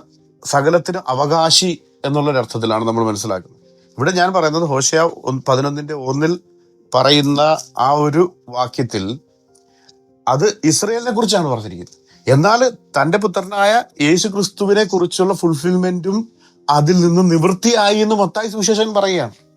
അപ്പൊ ഇസ്രയേലിനെ കുറിച്ച് പറയുന്നതും ശലോമോനെ കുറിച്ച് പറയുന്നതും ദാവീദിനെ കുറിച്ച് പറയുന്നതും മിസിയാനിക്കായിട്ട് മിസ്റ്റീരിയസ് ആയിട്ട് കിടക്കുകയാണ്. എന്നാൽ പുതിയ നിയമത്തിലാണ് നമ്മൾ മനസ്സിലാക്കുന്നത് അത് തന്റെ പുത്രനെ കുറിച്ച് നിവർത്തിപ്പാനിരുന്ന പ്രോഫറ്റിക്കൽ ആയിട്ടുള്ള മെസ്സേജ് ആയിരുന്നു. പിന്നെ നമുക്ക് മനസ്സിലാകുന്നത് അതിനെ നിരാകരിക്കുന്നുണ്ടോ? അതൊന്ന് പറയും. 100% നിരാകരിക്കുന്നുണ്ട്. കാരണം അവിടെ പറയുന്നത് ഇസ്രായേൽ ബാലനായിരുന്നപ്പോൾ ഞാൻ വിളിച്ചു, മിസ്രൈമിൽ നിന്ന് വിളിച്ചു. മിസ്രൈമിൽ നിന്ന് വിളിച്ചത് വളരെ വ്യക്തമായിട്ട് ഇസ്രായേലിനെ മിസ്രൈമിൽ നിന്ന് വിളിച്ചുകൊണ്ട് പോയെന്നുള്ളതാണ് പഴയ നിയമത്തിന്റെ പ്രമേയം തന്നെ. ഹോശേയ അതൊരു പ്രൊഫസി ആയിട്ടല്ല, ഫ്യൂച്ചറിസ്റ്റിക് ആയിട്ടോ പ്രോഫസി ആയിട്ടോ അല്ല, പണ്ട് നടന്ന ഒരു സംഭവത്തെ പറ്റിയാ പറയുന്നേ, അല്ല വിളിക്കുമെന്നല്ല. മിസ്രൈമിൽ നിന്ന് ഞാൻ എന്റെ മകനെ വിളിക്കും എന്ന് ഹോശേയ പറഞ്ഞിരുന്നെങ്കിൽ അതൊരു പ്രവചനമായിരുന്നു. ഇത് ടൈപ്പാണ്, അതായത് അതൊരു നിഴലും പൊരുളുമായിട്ട്. അപ്പൊ അത് പ്രഡിക്ഷൻ ഫുൾഫിൽമെന്റ് അല്ല, ഈ പ്രഡിക്ഷൻ ആയിട്ടാണ് നിങ്ങൾ കാണുന്നത്. It was not a prediction at all. അത് ഞാൻ റാണിയുമായിട്ട് നടത്തിയ സംവാദത്തിൽ ഈ വിഷയം വന്നതാണ്. കാരണം അങ്ങനെ ഒരു പ്രവചനമാണെങ്കിൽ വലിയ കുഴപ്പമാണ്. കാരണം ഇസ്രായേലിൽ നിന്ന് ഞാൻ എന്റെ മകനെ വിളിക്കും തോറും അവൻ എന്നിൽ നിന്ന് അകന്നകന്നു പൊക്കോട്ടും. അപ്പൊ യേശുവിനെ പിതാവ് വിളിക്കും തോറും യേശു പിതാവായ ദൈവത്തിൽ നിന്ന് അകന്നകന്നു പോയി എന്ന് നിങ്ങൾ സമ്മതിക്കേണ്ടി വരും. അത് തന്നെയല്ല, പിന്നെ യേശു പോയി ബാൽ വിഗ്രഹങ്ങൾക്ക് ധൂപം കാണിച്ചെന്നും സമ്മതിക്കേണ്ടി വരും. അപ്പൊ അതൊരു പ്രോഫസി ഒന്നുമല്ല, അത് ടൈപ്പാണ്. കാരണം യഹൂദനെ ആകർഷിക്കാൻ വേണ്ടി അവന്റെ തിരുവെഴുത്തുകളിൽ എവിടെയൊക്കെ ഇതുമായിട്ട് സാദൃശ്യം വരുന്നു അതൊക്കെ ഉദ്ധരിച്ച് ഈ വിഷയം അവതരിപ്പിക്കുക എന്ന് പറഞ്ഞാൽ അവന് കുറെ കൂടെ അപ്പീലിംഗ് ആയിട്ട് തോന്നാൻ വേണ്ടി അവന്റെ പഴയ സംഭവങ്ങളും തിരുവെഴുത്തുകൾ ഉദ്ധരിക്കുന്നതെന്നേ ഉള്ളൂ. യഹോവ എന്ന് പറഞ്ഞാൽ ഏകനാണ്. യഹോവയെ ഏകനല്ലാതാക്കാൻ നിങ്ങൾക്ക് സാധിക്കില്ല. കാരണം അതിനുള്ള വാക്യങ്ങൾ ഞാൻ ഉദ്ധരിക്കാത്തതിന്റെ കാരണം വാക്യങ്ങളുടെ പെരുപ്പം കൊണ്ട് തന്നെ. കാരണം എല്ലാവർക്കും അറിയാം, യഹോവ ആവർത്തിച്ച് പറയുന്നുണ്ട്, ഞാൻ ഏകനാണ്, എന്റെ കൂടെ വേറെ ആരുമില്ല. അപ്പൊ തന്റെ കൂടെ വേറെ ആരുമില്ല, താൻ ഏകനാണെന്ന് പറയുന്ന ആൾക്ക് ഒരു മകനുണ്ട്. അത് ആലങ്കാരികമായിട്ട് ഇസ്രായേലിനെ ആദിജാതൻ എന്ന് പറയുന്ന അവകാശമാണെന്നാണ് ഇപ്പോ 5 പറഞ്ഞത്. പക്ഷെ പുറപ്പാട് പുസ്തകം 4:22 അങ്ങനെയല്ല പറയുന്നേ. പുറപ്പാട് 4:22 പറയുന്നു ഇസ്രായേൽ എന്റെ പുത്രൻ എന്നാ പറയുന്നേ. എന്നിട്ട് പറയണേ എന്റെ ആദിജാതൻ. അത് അർത്ഥശങ്കയ്ക്കിടയില്ല. പുത്രനാന്ന് പറഞ്ഞിട്ട് പിന്നെ ആദിജാതനുള്ള അവകാശമാണെന്ന് ഞാൻ സമ്മതിച്ചു. പക്ഷെ അവിടെ പുത്രൻ എന്നും പറയുന്നുണ്ട്. അപ്പൊ അത് അവകാശം എന്ന അർത്ഥത്തിൽ മാത്രമല്ല, അവകാശമുള്ള പുത്രൻ എന്ന അർത്ഥത്തിലാണ് പറയുന്നത്. ഇസ്രായേലാണ് എന്റെ പുത്രൻ, ഇസ്രായേലാണ് എന്റെ ആദിജാതൻ. അപ്പൊ അതിനു മുമ്പ് ഒരു പുത്രൻ ഉണ്ടാവുക, അതിനു മുമ്പ് ഒരു ആദിജാതൻ ഉണ്ടാവുക എന്ന് പറഞ്ഞാൽ അത് എങ്ങനെ സാധിക്കും? അപ്പൊ അങ്ങനെയാണ് യഹോവ അത് മെൻഷൻ ചെയ്യണ്ടേ. യഹോവ പറഞ്ഞിട്ടില്ല എനിക്ക് അങ്ങനെ ഒരു പുത്രനുണ്ടെന്ന്. Eternally I have a son എന്നൊരാശയത്തിൽ യഹോവ എവിടെയെങ്കിലും ഒരു സൂചനയെങ്കിലും പഴയ നിയമത്തിൽ കൊടുത്തിട്ടുണ്ടോ? അതാണ് 5 പറയേണ്ടത്. ഓക്കെ, അതിലേക്ക് വരുന്നതിന് മുമ്പ് ഞാനൊരു കൗണ്ടർ ക്വസ്റ്റ്യൻ ഇതിൽ നിന്ന് ചോദിക്കുകയാണ്. മത്തായി 2:15 ശിവപാസ്റ്റർ ഇപ്പൊ പറഞ്ഞതുപോലെ അല്ല നമ്മൾ വായിക്കുന്നത്. എന്താണ്? ഹേരോദാവിന്റെ മരണത്തോളം അവർ ഈജിപ്തിൽ പാർത്തു, മിസ്രൈമിൽ നിന്ന് ഞാൻ എൻ്റെ മകനെ വിളിച്ചു വരുത്തി. ഹോശേയ 11:1 കോട്ട് ചെയ്തിട്ട് പറയുകയാണ്, എന്ന് കർത്താവ് പ്രവാചകന്മാർ മുഖാന്തരം അരുളി ചെയ്തത് നിവൃത്തിയാകുവാൻ ഇത് സംഭവിച്ചു, സംഗതി വന്നു. കണ്ടോ? ആ പ്രവചനം നേരത്തെ പറഞ്ഞത് അവര് വായിച്ചിരുന്ന കഥകളും അവരുടെ ദൈവത്തെയും അങ്ങനെ ആ ബാക്ക്ഗ്രൗണ്ടിൽ നിന്ന് വന്നവരെ അവരെ അപ്പീൽ ചെയ്യാൻ, അവരെ അട്രാക്ട് ചെയ്യാൻ വേണ്ടി ഒരു ടൈപ്പ് പറഞ്ഞെന്നുള്ളു. ടൈപ്പല്ല, അവിടെ പ്രോഫസി ഫുൾഫിൽമെന്റ് എന്ന് തന്നെയാണ് പറഞ്ഞിരിക്കുന്നത്. ആ പ്രോഫസി ആര് ഫുൾഫിൽ ചെയ്തു? യേശു ക്രിസ്തു ഈജിപ്തിൽ നിന്ന് മടങ്ങി വന്നപ്പോൾ ഫുൾഫിൽഡ് ആയെന്നാണ് നമ്മൾ വായിക്കുന്നത്. അതിനെങ്ങനെയാ കാണുന്നതെന്ന് പറയാം. അതൊരു പ്രവചനം അല്ലെന്ന് ഞാൻ വളരെ വ്യക്തമായിട്ട് പറഞ്ഞു. ഈ പ്രവചനമായിട്ടാണ് ഇപ്പൊ കന്യക ഗർഭിണിയായ ഒരു മകനെ പ്രസവിക്കും, അതൊരു പ്രവചന, കാരണം സംഭവിക്കാനിരിക്കുന്ന. ഇത് പ്രവചനമല്ല. ഹോശേയ ഒരു സ്റ്റേറ്റ്മെന്റ് വെക്കുകയാണ്, മിസ്രൈമിൽ നിന്ന് ഞാൻ എന്റെ മകനെ വിളിച്ചു. അത് പാസ്റ്റ് ടെൻസാ. വിളിക്കുന്നത് അവർ അകന്നകന്നു പോയി, അവർ ബാൽജനങ്ങൾക്ക് ധൂപം കാട്ടി. അത് ഇസ്രായേലിനെ സംബന്ധിച്ച് ഇസ്രായേലിനെ മകനായിട്ട് കാണുന്ന യഹോവയുടെ യഹോവയിൽ നിന്ന് അകന്നുപോയി എന്നുള്ള വിധത്തിൽ സംഭവിച്ചൊരു കാര്യം പറയുന്നത്, അതൊരു പ്രവചനമല്ല. പക്ഷെ ഇത് ടൈപ്പായിട്ട്, അതായത് ഞാൻ പറഞ്ഞത് ഈ പ്രഡിക്ഷൻ അല്ലത്. അപ്പൊ അതാണ് നിവൃത്തിയാകുക എന്ന് പറഞ്ഞാൽ അത് അന്ന് അങ്ങനെ സംഭവിച്ചു. അപ്പൊ അതിന്റെ പാറ്റേൺ ആണ്. ആ പാറ്റേൺ ഇങ്ങനെ ഈ ആവർത്തിച്ചുകൊണ്ടിരിക്കും. ഇപ്പൊ യോസഫ് യേശുവിന്റെ ഒരു ടൈപ്പാണ്, ദാവീദ് യേശുവിന്റെ ഒരു ടൈപ്പാണ്. അപ്പം അങ്ങനെ കുറച്ച് സാദൃശ്യങ്ങൾ നമുക്ക് എല്ലാ പഴയ നിയമ സംഭവങ്ങളിലും കഥാപാത്രങ്ങളിലും നമുക്ക് കാണാൻ പറ്റും. ഇപ്പൊ പൗലോസ് പറയുന്നുണ്ട് അവരെ അനുഗമിച്ച പാറ ക്രിസ്തുവായിരുന്നു. അങ്ങനെയൊക്കെ ടൈപ്പാണ്. അപ്പൊ ഒരു യോസഫുമായിട്ട് നമുക്ക് യേശുവിന്റെ സാമ്യങ്ങൾ നോക്കിയാൽ 100 സാമ്യം കാണാൻ പറ്റും. 100 സിമിലാരിറ്റീസ് ആർ ദേർ. അപ്പൊ അതുകൊണ്ട് യോസഫ് യേശുവാണെന്ന് വരുന്നില്ല, ആ ടൈപ്പാണ്. അതുപോലെ പഴയ നിയമത്തിലെ യഹോവയുടെ പുത്രനെ മിസ്രയീമിൽ നിന്ന് വിളിച്ചു. അപ്പൊ ആ ഒരു സാദൃശ്യം ഈ യേശു എന്നെ മിസ്രയീമിൽ പോയിട്ട് തിരിച്ചു വന്നു, അതുകൊണ്ട് മത്തായി അതിനെ കണക്ട് ചെയ്ത് പറയുന്നതേ ഉള്ളൂ. അല്ല ഇതൊരു പ്രവചനമല്ല. ഹോശേയ അങ്ങനെ പ്രവചിച്ചിട്ടില്ല. നിങ്ങൾ കോമൺ സെൻസ് വെച്ച് നോക്കുക, അതൊരു പ്രവചനമാണോ നോക്ക്. അല്ല, അതൊരു പ്രവചനമല്ല. നിവൃത്തി വന്നു എന്ന് പറയുന്നത് എന്താണ്? പ്രവചനം അല്ലെങ്കിൽ പ്രവാചകൻ മുഖാന്തരം അരുളി ചെയ്ത് നിവൃത്തിയാകുവാൻ ഇത് സംഭവിച്ചു എന്നാ പറഞ്ഞിരിക്കുന്നത്. അതെന്താണ് നിവൃത്തിയായത്? നിവൃത്തിയാകുക എന്ന് പറഞ്ഞ എന്താണ് അർത്ഥം? മലയാളം വളരെ പരിമിതമാണത്. എന്നതാണ് അവിടെ പറയുന്നത്? മത്തായി 2:15 ഞാൻ പറയുന്നത് നിവൃത്തി വന്നു എന്ന് പറയുന്നത് എല്ലാം പഴയ നിയമ തിരുവഴുത്തിൽ ഉള്ളതാണ്. സഹോദരൻ, ഞാൻ പറഞ്ഞത് നിങ്ങൾക്ക് മനസ്സിലായോ? ഇപ്പൊ യോസഫിനെ പറ്റിയുള്ള ഒത്തിരി സാദൃശ്യങ്ങൾ യേശുവിൽ നിവൃത്തിയായി. അപ്പൊ അതുപോലെ ഈ പറഞ്ഞ പഴയ നിയമത്തിലെ ഇസ്രായേലിനെ മിസ്രൈമിൽ നിന്ന് വിളിച്ചതുപോലെ പുതിയ നിയമത്തിൽ വരുമ്പോ യേശു ഈജിപ്തിൽ നിന്ന് വരുന്നു. അപ്പൊ നിവൃത്തിയായി. അത് സിമിലാരിറ്റീസ് ആണ്. അപ്പൊ ഓൾഡ് ടെസ്റ്റമെന്റിലെ യഹോവയുടെ പുത്രനായ ഇസ്രായേലിനെ മിസ്രയീമിൽ നിന്നാണ് വിളിച്ചത്. അപ്പൊ ന്യൂ ടെസ്റ്റമെന്റ് വരുമ്പോൾ ദൈവത്തിന്റെ പുത്രനായ യേശുവിനെ മിസ്രയീമിൽ നിന്ന് വിളിച്ചു എന്നുള്ള ഒരു പാരലല് മത്തായി എഴുതിയെന്നേ ഉള്ളൂ. അല്ലാതെ ഇത് യഹോവയുടെ പുത്രനാണെന്ന് എങ്ങനെ വരുന്നേ? ഓക്കെ, അപ്പൊ അങ്ങനെയാകുമ്പോ യോസഫ് യേശു എന്ന് വരികയെന്ന് ഞാൻ ചോദിച്ചു. അത് മനസ്സിലായി. ഞാൻ ഒരു കാര്യം കൂടെ ചോദിച്ചിട്ട് ഇനി ഫാസ്റ്റ് ക്വസ്റ്റ്യൻ ചോദിക്കുമല്ലോ, കാരണം ഞാൻ പെട്ടെന്നത് വിട്ടുപോകാതിരിക്കണം.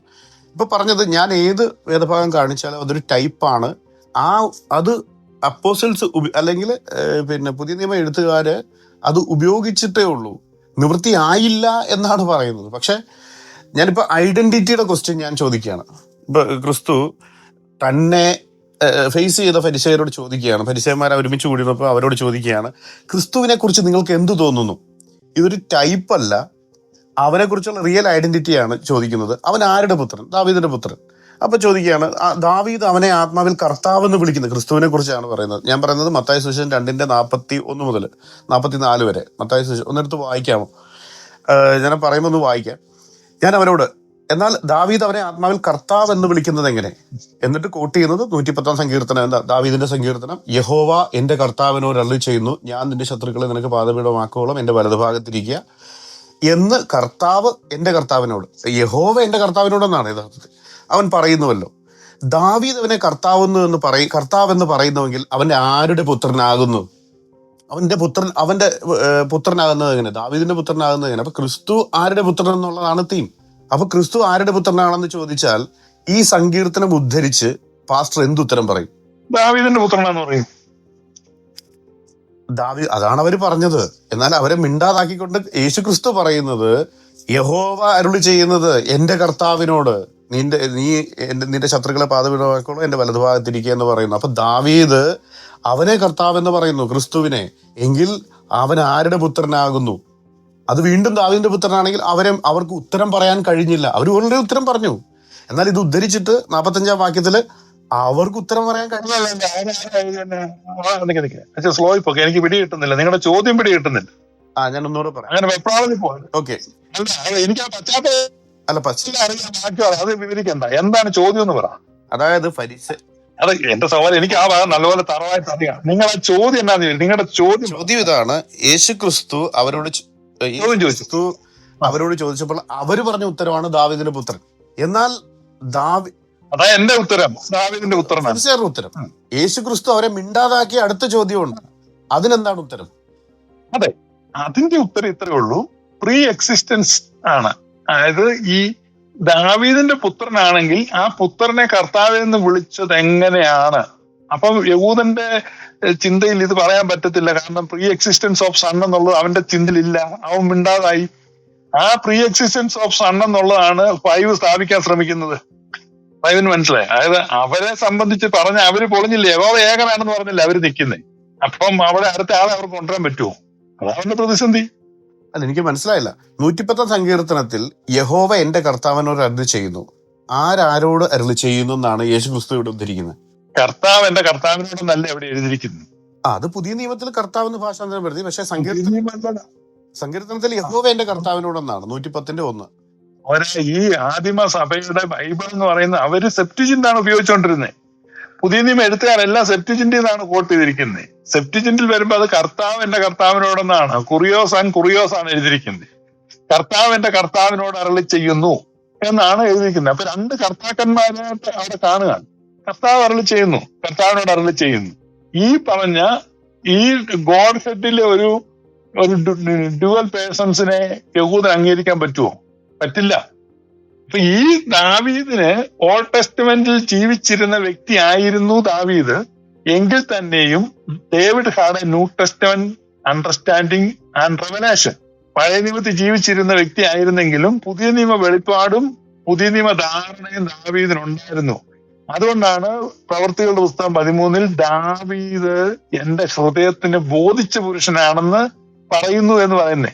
മാൻ ആഫ്റ്റർ മൈ ഓൺ ഹാർട്ട് എന്ന് പറയുന്നത്. കാരണം ദാവീദ് വളരെ വ്യത്യസ്തമായിട്ട് എത്ര കാര്യങ്ങളാ പറയുന്നേ. ഹനനയാണെന്ന് നീ ഇച്ഛിക്കുന്നില്ല, ഓമയാണെന്ന് പ്രസാദവുമില്ല, ഇതുകൊണ്ടൊന്നും ഒരർത്ഥമില്ല, തകർന്നു നുറുങ്ങി വയ്ക്കുന്ന ഹൃദയത്തിലാണ് ദൈവം നിരസിക്കാത്തത്, അതുകൊണ്ട് അനുതാപത്തോടെ പ്രാർത്ഥിക്കുന്നു എന്നൊക്കെ ദാവീദ് പറയുന്നുണ്ട്. ഇതെല്ലാം പുതിയ നിയമത്തിന്റെ കാഴ്ചപ്പാട്. ദാവീദ് അതുപോലെ തന്നെ പുരോഹിതന്മാർക്ക് മാത്രം കഴിക്കാവുന്ന കാഴ്ചപ്പാണിത് ഒരു യഹൂദനും ധൈര്യപ്പെടത്തില്ല. അപ്പൊ ദാവീദിന് പുതിയ നിയമത്തിന്റെ കാഴ്ചപ്പാടുണ്ട്. ഇവൻ രാജകീയ പുരോഹിതർക്കാണെന്നുള്ള കാഴ്ചപ്പാടിൽ പറഞ്ഞു കുഴപ്പമില്ല, ഞങ്ങൾക്ക് അന്നേരം ഞങ്ങൾ തിന്നോളാം, മേടിച്ച് തിന്നുന്നുണ്ട്. അപ്പൊ ദാവീദ് പഴയ നിയമത്തിൽ ജീവിച്ചിരുന്നെങ്കിലും പുതിയ നിയമ ധാരണകൾ ധാരാളമുള്ള ഒരു മനുഷ്യനായിരുന്നു. ഈ പഴയ നിയമത്തിൽ അല്പം വെളിച്ചം കിട്ടിയ മനുഷ്യനാണ്. അപ്പൊ അതുകൊണ്ടാണ് അദ്ദേഹത്തിന്റെ സങ്കീർത്തനത്തിൽ ഒരു ദൈവം എന്നുള്ള ആ കോൺസെപ്റ്റ് മാറിയിട്ട് ഒരൊറ്റ വ്യക്തിയേ ഉള്ളൂ എന്നുള്ള കോൺസെപ്റ്റ് മാറിയിട്ട് ദൈവത്തിന്റെ ഗോഡ് ഹെഡിലെ ഒരു ഡയലോഗ് അദ്ദേഹം എഴുതി വെച്ചു. പരിമിതമായ വെളിപ്പാട്. അതെ, ലേഖനം 1 തന്നെ പറയുന്നുണ്ടല്ലോ, ദൈവം പണ്ട് ഭാഗമായിട്ടും വിവിധമായിട്ടും അംശമായിട്ടും കുറച്ചൊക്കെ പഴയ നിയമ പ്രവാചകന്മാർക്ക് കിട്ടിയിട്ടുണ്ട്. ചെറിയ ചെറിയ വെളിച്ചങ്ങൾ, നിഴലുകൾ ഒക്കെ കിട്ടിയിട്ടുണ്ട്. അതുകൊണ്ട് ഈ സത്യത്തിന്റെ ഫ്രാഗ്മെന്റ്സ് ഓഫ് ട്രൂത്ത് നമുക്ക് ഓൾഡ് ടെസ്റ്റമെന്റിൽ കാണാൻ പറ്റും. പക്ഷെ ആ ഒരു വെളിപ്പാടും കിട്ടാത്ത ആളാണ് യഹോവ. യഹോവ കോംപ്രമൈസ് ഇല്ല, ഞാൻ എങ്ങനെയാണെന്നാ പറയുന്നത്. പെട്ടുപോത്ത് നിൽക്കുന്ന പോലെ നിന്ന് പറയുകയാണ്. അപ്പൊ അദ്ദേഹത്തിന് എങ്ങനെയാണ് മകൻ ഉണ്ടാകുന്നത് എനിക്കറിയത്തില്ല. അദ്ദേഹം പിന്നെ ആ ഇസ്രായേലിന്റെ മകനായിട്ട് അംഗീകരിച്ചു, പിന്നെ ശലോമോന്റെ മകനായിട്ട് അംഗീകരിച്ചു. അതിന്റെ ഒക്കെ വാക്യങ്ങൾ നമ്മൾ കണ്ടു. ഇസ്രായേൽ 1ാമത്തെ മോനാണെന്നും പറഞ്ഞിട്ടുണ്ട്. അപ്പൊ അതാണ് കൃത്യമായിട്ട് വാക്യം പറയുന്നത്. ഓക്കെ, ഇങ്ങോട്ട് ചോദിച്ചൊരു ക്വസ്റ്റ്യൻ ആണ്. അപ്പൊ ദാവീദിന് ഭാഗികമായി 110 താഴോട്ടും പറയുന്നുണ്ട്, നീ പിന്നെ മെൽക്കിസേദെക്കിന്റെ ക്രമപ്രകാരം നിന്നേക്കും പുരോഹിതനായിരിക്കുന്നു. അപ്പോൾ ഇടയ്ക്കിടയ്ക്ക് സത്യങ്ങൾ പറയുന്ന ഒരു പ്രവാചകൻ, പുതിയ നിയമത്തിൽ ഉദ്ധരിച്ചിരിക്കുന്ന സകല വാക്യങ്ങളും ആ പ്രവാചകന്മാർക്ക് ഇടയ്ക്കിടയ്ക്ക് ഇന്റർമീഡിയന്റ് ട്രൂത്ത് വരുന്നു എന്നാണോ ഈ പറഞ്ഞു വരുന്നത്? കാരണം അപ്പോ എബ്രായ ലേഖനം 1:1 വ്യാഖ്യാനത്തിന്റെ ആവശ്യം തന്നെ ഇല്ല. കാരണം ദൈവം അരുളപ്പാടുകൾ ഭാഗമായാണ് കൊടുത്തിരുന്നത്, അല്ലേ? പക്ഷെ അത് ഒന്നിനോടൊന്ന് വിരുദ്ധമായിരുന്നില്ല. അത് കോമ്പസിറ്റ് ആയിട്ട് തിരുവെടുത്തുകളെന്ന് യേശു അപ്പസ്തലന്മാരും വിശ്വസിച്ചിരുന്നു. എന്നാൽ പുത്രൻ മുഖാന്തരം അന്ത്യകാലത്ത് അരുളി ചെയ്തിരിക്കുന്നു. അത് പ്രവാചകന്മാരെ അയച്ചത് ആരാ അയച്ചത്? ഈ പഴയ നിയമത്തിൽ മശിയെ പറ്റിയുള്ള പ്രവചനങ്ങളിൽ ഏറ്റവും കാവ്യാത്മകവും മനോഹരവുമായ പ്രവചനം ബിലയാമാ പറഞ്ഞിട്ടുള്ളൂ. ബിലയാമിന്റെ പ്രവചനം എന്തോ ഒരു ബ്യൂട്ടിഫുൾ ആണ് യേശുവിനെ സംബന്ധിച്ച്. അവിടെ പറയും, ശിലാഗ്രഹങ്ങളിൽ നിന്ന് ഞാൻ കാണുന്നു എന്ന് പറഞ്ഞങ്ങോട്ട് തുടങ്ങി മനോഹരമായിട്ട് പ്രവചിക്കുന്നുണ്ട്. അപ്പോ ഈ പ്രവാചകന്മാരൊക്കെ ഓറക്കിൾസ് കിട്ടിയിട്ടും അവരുടെ ആ പ്രൊഫറ്റിക്കൽ അട്രൻസസിൽ എപ്പോഴും ഇടയ്ക്കിടയ്ക്കായിരുന്നു ആ ട്രൂത്തുകൾ വന്നിരുന്നത്. അല്ലാതെ അത് ആസ് എ ഹോൾ മുഴുവൻ ദൈവം നേരിട്ടിരുന്ന് പറയല്ലായിരുന്നു. അതുകൊണ്ട് ആ പ്രവചനങ്ങൾക്കിടയിൽ, അല്ല പിന്നെ ഇതെടുത്ത് ഉദ്ധരിക്കേണ്ട ആവശ്യമില്ലല്ലോ. ഇന്ന പോലെ പറഞ്ഞിട്ടുണ്ട് ഉദ്ധരിക്കേണ്ട ആവശ്യമില്ല, മുഴുവൻ ഇനി എടുത്താൽ പോരെ. അപ്പൊ ഇടയ്ക്കിടയ്ക്കായിരുന്നു ട്രൂത്ത് വന്നത്. അതുകൊണ്ടാണ് ഭാഗമായിട്ടും വിവിധമായിട്ടും. എബ്രായ ലേഖനം 1:1 പറയുന്നതാണ്, ഭാഗമായിട്ടും വിവിധമായിട്ടും.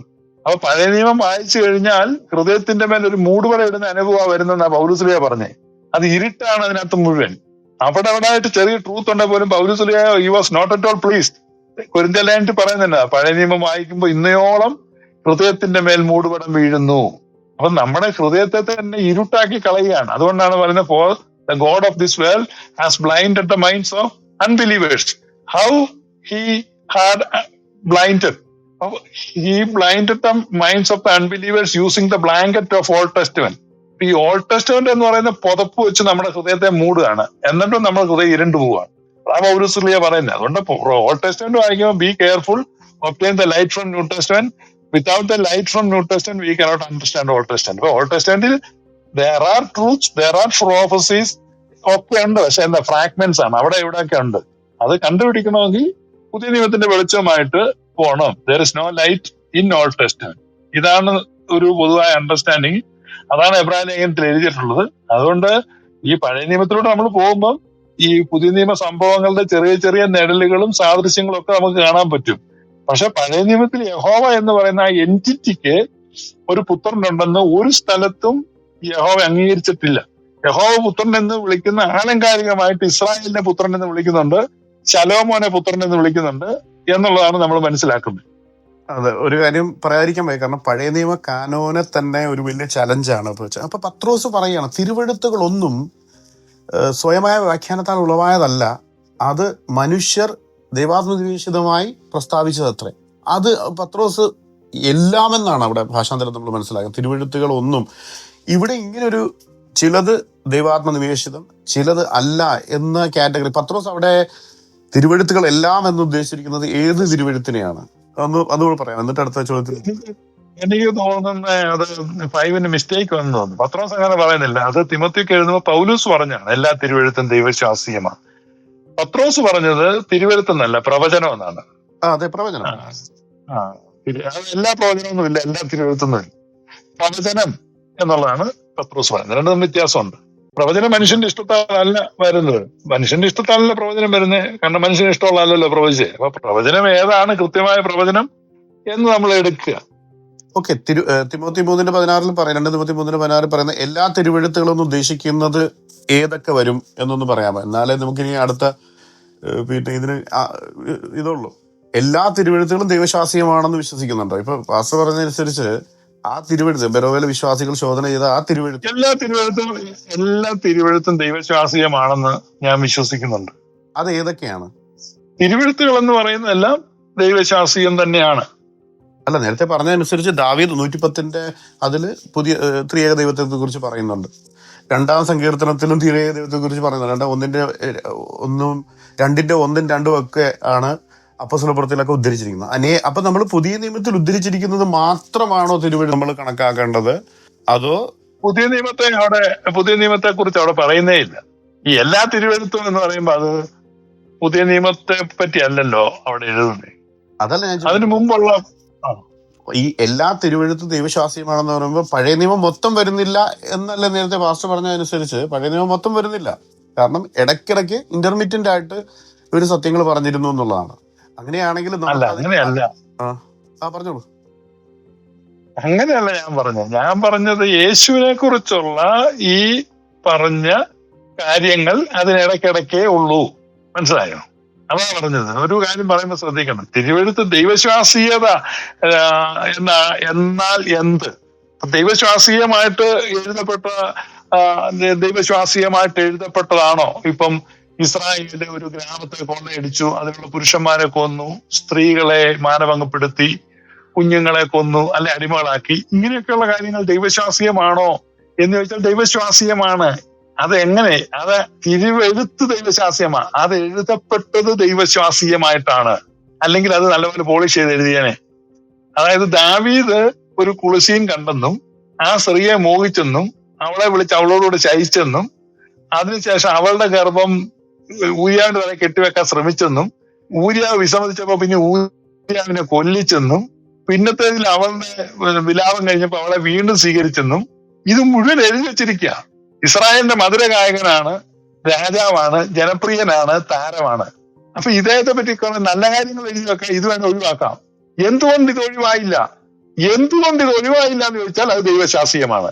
അപ്പൊ ദൈവശാസ്ത്രീയത എന്ന് ഞാൻ കാണുന്നത് അതെല്ലാം കൂടെ എടുത്ത് വിഴുങ്ങുക എന്നല്ല, കൃത്യമായ ഒരു പിക്ചർ നമുക്ക് കിട്ടി, കാര്യങ്ങൾ മനസ്സിലായി, യഹോവ ആരാണെന്നും ദാവീദ് ആരായിരുന്നെന്നും ശൗൽ ആരായിരുന്നെന്നും ഒക്കെ കറക്റ്റായിട്ട് നമുക്കൊന്ന് മനസ്സിലായി.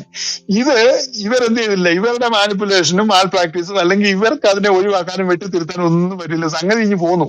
അത് പോകുന്ന ദൈവശാസ്ത്രീയമായിട്ട് അതൊക്കെ എഴുതപ്പെട്ടു എന്നുള്ളതാണ് അതിന്റെ അർത്ഥം. അപ്പൊ എല്ലാ തിരുവെഴുത്തും ദൈവശാസ്ത്രീയമാണെന്ന് പറഞ്ഞാൽ അതിന്റെ അർത്ഥം നമ്മൾ അതിനെ വായിക്കുന്നത്. അതുകൊണ്ടാണ് പഴയ നിയമത്തെ മുഴുവൻ ഞങ്ങൾ ഉൾക്കൊള്ളുന്നു. ഇപ്പൊ ഗ്ലോറിയസ് ഗോസ്പലിനെ ചോദിച്ചാൽ ഞങ്ങൾ പഴയ നിയമം തള്ളുന്നെന്ന് പറഞ്ഞ് ചില വിവരമില്ലാത്തവന്മാർ ഇതിലെ നടക്കുന്നുണ്ട്. ഞങ്ങൾ തള്ളുന്നില്ല. ഒരു വള്ളിയോ പുള്ളിയോ കുത്തോ കോമയോ വിസർഗോ പോലും തള്ളും. മുഴുവൻ എടുക്കുന്നത് ഞങ്ങളേ ഉള്ളൂ.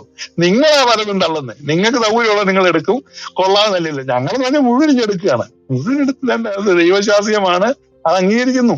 അതാണ് ഞങ്ങളുടെ നിലപാട്. അതാണ് ദൈവശാസ്ത്രീയത. ഓക്കെ, ഇങ്ങോട്ട് ചോദിച്ചോളൂ, എന്നിട്ട് ഞാൻ അടുത്തതിലേക്ക് പറയാം. അല്ല, ഞാൻ അവിടെ ചോദിച്ചൊരു ചോദ്യം ഏറെ നിൽക്കുകയല്ല. 4:22 ഇസ്രായേല് ആദിയാവനാണെന്നും പുത്രനാണെന്നും പറയുന്നുണ്ടല്ലോ. അപ്പം ഇസ്രായേൽ എന്ന് പറഞ്ഞാൽ യാക്കോബല്ലേ? അപ്പൊ യാക്കോബിന്റെ അപ്പൻ ഇസാക്കിന് അപ്പൻ അബ്രഹാമിന് മുമ്പുണ്ടെന്ന് പറയുന്ന യേശു അങ്ങനെ യഹോവയുടെ മകനാവും? അതിനകത്തൊരു ടൈം ലൈൻ പ്രോബ്ലം വരുന്നുണ്ടല്ലോ. ഞാൻ ഓൾറെഡി അതിന്റെ ഉത്തരം പറഞ്ഞു. ആദിജാതൻ എന്ന് പറയുന്നത് അവകാശി എന്ന അർത്ഥത്തിലാണ്. ഇസ്രയേൽ ഒരു കോർപ്പറേറ്റ് ആയിട്ട് മകൻ എന്ന് പറയുന്നത് ഞാൻ ഹോശേയ 11:1 കാണിച്ചു. എന്നാൽ ആ ഒരു കാര്യത്തിൽ തന്നെ മത്തായി 2:15 ഞാൻ പറഞ്ഞു അതൊരു പ്രവചനമേ അല്ല, അതൊരു ടൈപ്പായിട്ടാണ് കാണുന്നത്. അപ്പോൾ സത്യദൈവം കൊള്ളാത്ത ഒരു എൻറ്റിറ്റിയുടെ കാര്യങ്ങൾ നിവർത്തിക്കാൻ തന്നു. കാരണം നിങ്ങൾ പുതിയ നിയമത്തിൽ ഒന്ന് സെർച്ച് ചെയ്താൽ ഗ്ലോറിയസ് ഗോസ്പലിന്റെ കൺസെപ്റ്റ് അനുസരിച്ച് അത്യുന്നതനായ ദൈവത്തിന്റെ ഭൂമിയിലെ ജോലി എന്ന് പറയുന്നത് ദൈവനിശ്വാസികമായിട്ട് റിപ്പോർട്ട് ചെയ്ത, ഒരിക്കലും അരുളി ചെയ്തത്. ഞാൻ അതിന്റെ ആർഗ്യുമെന്റിൽ ഞാൻ പോകുന്നില്ല, കാരണം ദൈവം അരുളി ചെയ്തത് എന്നാ പറയുന്നത്. ദൈവം അരുളി ചെയ്തതെന്ന് കർത്താവ് സാക്ഷ്യപ്പെടുന്ന അനേക വാക്യങ്ങളുണ്ട്. ഇതെല്ലാം നിവൃത്തിയാക്കാൻ വേണ്ടി വന്നിരിക്കുന്നു. നിവൃത്തിയായി, തിരുവഴുത്ത് നിവൃത്തിയാകാൻ വേണ്ടി ഇത് സംഭവിച്ചു. അതില് ഒന്നാമത്തെ ആദ്യത്തെ സെറ്റിൽ ഒരു കാര്യമാണ് ഈ പറയുന്ന ഇസ്രായേൽ ഒരു മകൻ എന്ന നിലയിൽ ഈജിപ്തിൽ നിന്ന് ഞാൻ എന്റെ മകനെ മടക്കി വരുത്തി. ഇസ്രായേലിനെ കുറിച്ചാണ് പറയുന്നത്. അപ്പോൾ ചോദിക്കുന്ന അതിന്റെ ആ സബ്സിക്വന്റ് വേഴ്സസ് ഞാൻ പറഞ്ഞു, അവിടെ ഓരോരോ വാക്യങ്ങൾ മെസ്സിയാനിക് ആയിട്ട് അപ്പിയർ ആവുന്നുണ്ട്. ഓരോരോ സങ്കീർത്തനം 22 പിന്നെ മെസ്സിയാനിക് ആയിട്ട് അപ്പിയർ ആവുന്നുണ്ട്. കണ്ടോ, ദാവീദിന്റെ ഡിസ്ട്രസിൽ പറയുന്ന കാര്യങ്ങൾ അത് പിന്നീട് മെസ്സിയാനിക് പ്രോഫസി ആണെന്ന് നമ്മൾ അപ്പോസ്തലന്മാരുടെ വാക്ക് വിശ്വസിച്ചിട്ടാണ് നമുക്ക് മനസ്സിലാവുന്നത്. ഹോശേയ പ്രവചനത്തിൽ നമ്മൾ കാണുന്നത് മിസ്രയീമിൽ നിന്ന് മടക്കി വരുത്തിയത് ഇസ്രായേൽ എന്ന മകനെയാണ്. എന്നാൽ ആ പ്രോഫസി യേശുവിനെ പറ്റി ഫുൾഫിൽ ആകുകയാണ് മത്തായി 2:15. അപ്പൊ അതിന്റെ അർത്ഥം രണ്ടും ഒരു സമയം ശരിയാകുമോ എന്നുള്ളതാണോ? അല്ല, അതെ. ഇപ്പം 5 കുറച്ച് മുമ്പേ പറഞ്ഞതിനെ 5 തന്നെ ഇപ്പൊ കണ്ണിച്ചത് മനസ്സിലായോ എന്നാ സംഭവം? ഇല്ല. അതായത് ഞാൻ പറഞ്ഞു ഈ ഭാഗമായിട്ടും വിവിധമായിട്ടുമാണ്, അതുകൊണ്ട് ഫ്രാഗ്മെന്റ്സ് ആയിട്ട് അവിടെ ആയിട്ടൊക്കെ ഉള്ളൂ അങ്ങനെ പെറുക്കി എടുക്കണമെന്ന് പറഞ്ഞപ്പം അപ്പൊ അതെങ്ങനെ എല്ലാത്തിനും ഫുള്ള് ദൈവശാസ്ത്രി അല്ലെന്ന് വെച്ചു. ഇപ്പൊ ഹോശേയ-പ്രവചനം വന്നപ്പോ പറഞ്ഞു മിസ്രയീമിൽ നിന്റെ മകനെ വിളിച്ചു. അപ്പം വിളിക്കുന്നതോറും അവൻ അകന്നകന്ന് പോയി തൊട്ടടുത്തുണ്ട്, അത് എടുക്കണ്ട. അപ്പം നിങ്ങളല്ലേ ഫ്രാഗ്മെന്റ് ആയിട്ട് പെറുക്കി എടുക്കുന്നേ? അപ്പൊ ഞാൻ പറഞ്ഞു അതാ കറക്റ്റ്, അത്രേ ഉള്ളൂ, അത് അങ്ങനെ എടുക്കാനുള്ളൂ. അപ്പൊ മിസ്രയീമിൽ നിന്റെ മകനെ വിളിച്ചു എന്നുള്ള ഭാഗം ഒത്തിട്ടുണ്ട്, ബാക്കി ഒത്തിട്ടില്ല. അപ്പൊ അത് ആത്മാവല്ലായിരുന്നോ, പിന്നെ ആത്മാവ് വിട്ടുപോയോ എന്നുള്ളത് സൈവാ ചോദിച്ചത്. അപ്പൊ ഈ ഭാഗത്ത് വൈവല്ലേ വിശദീകരണം കൊടുക്കണ്ടേ? ഞാൻ പറഞ്ഞത് അത്ര ഈ എഴുത്തുകാർ എഴുതിയിട്ടുള്ളൂ. അപ്പൊ ആ ഒരു ഓൾഡ് ടെസ്റ്റമെന്റ് സ്ക്രിപ്ചറിന്റെ ഒരു കോണ്ടെക്സ്റ്റിൽ ഈ ഗോസ്പൽ അവതരിപ്പിക്കുക എന്നുള്ളതാണ് അവർ ചെയ്തത്. കാരണം അവരുടെ ശ്രോതാക്കൾ യഹൂദന്മാരായതുകൊണ്ട് അവർക്ക് അപ്പീലിംഗ് ആയിട്ട് അതങ്ങനെ എഴുതി എന്നേ ഉള്ളൂ. അതാണ് ഞാൻ മനസ്സിലാക്കുന്നത്. കാരണം ഈ മറ്റൊരു ചോദ്യം ഞാൻ ചോദിക്കാം. ഇനി എന്റെ ഒരു ചോദ്യമായിട്ട് ഞാൻ ചോദിക്കുന്നത്, ഈ യഹോവ എന്ന് പറഞ്ഞ ഒരാളാണോ? എന്താണ് 5 മനസ്സിലാക്കുന്നത്? ഒരു പേഴ്സൺ ആണോ, അതോ ഒരു കൊല പോലെ 3 പേഴ്സണായിട്ട് നിൽക്കുകയാണോ? എന്താണ് യഹോവ തിരുവഴുത്തുകളുടെ അടിസ്ഥാനത്തിൽ?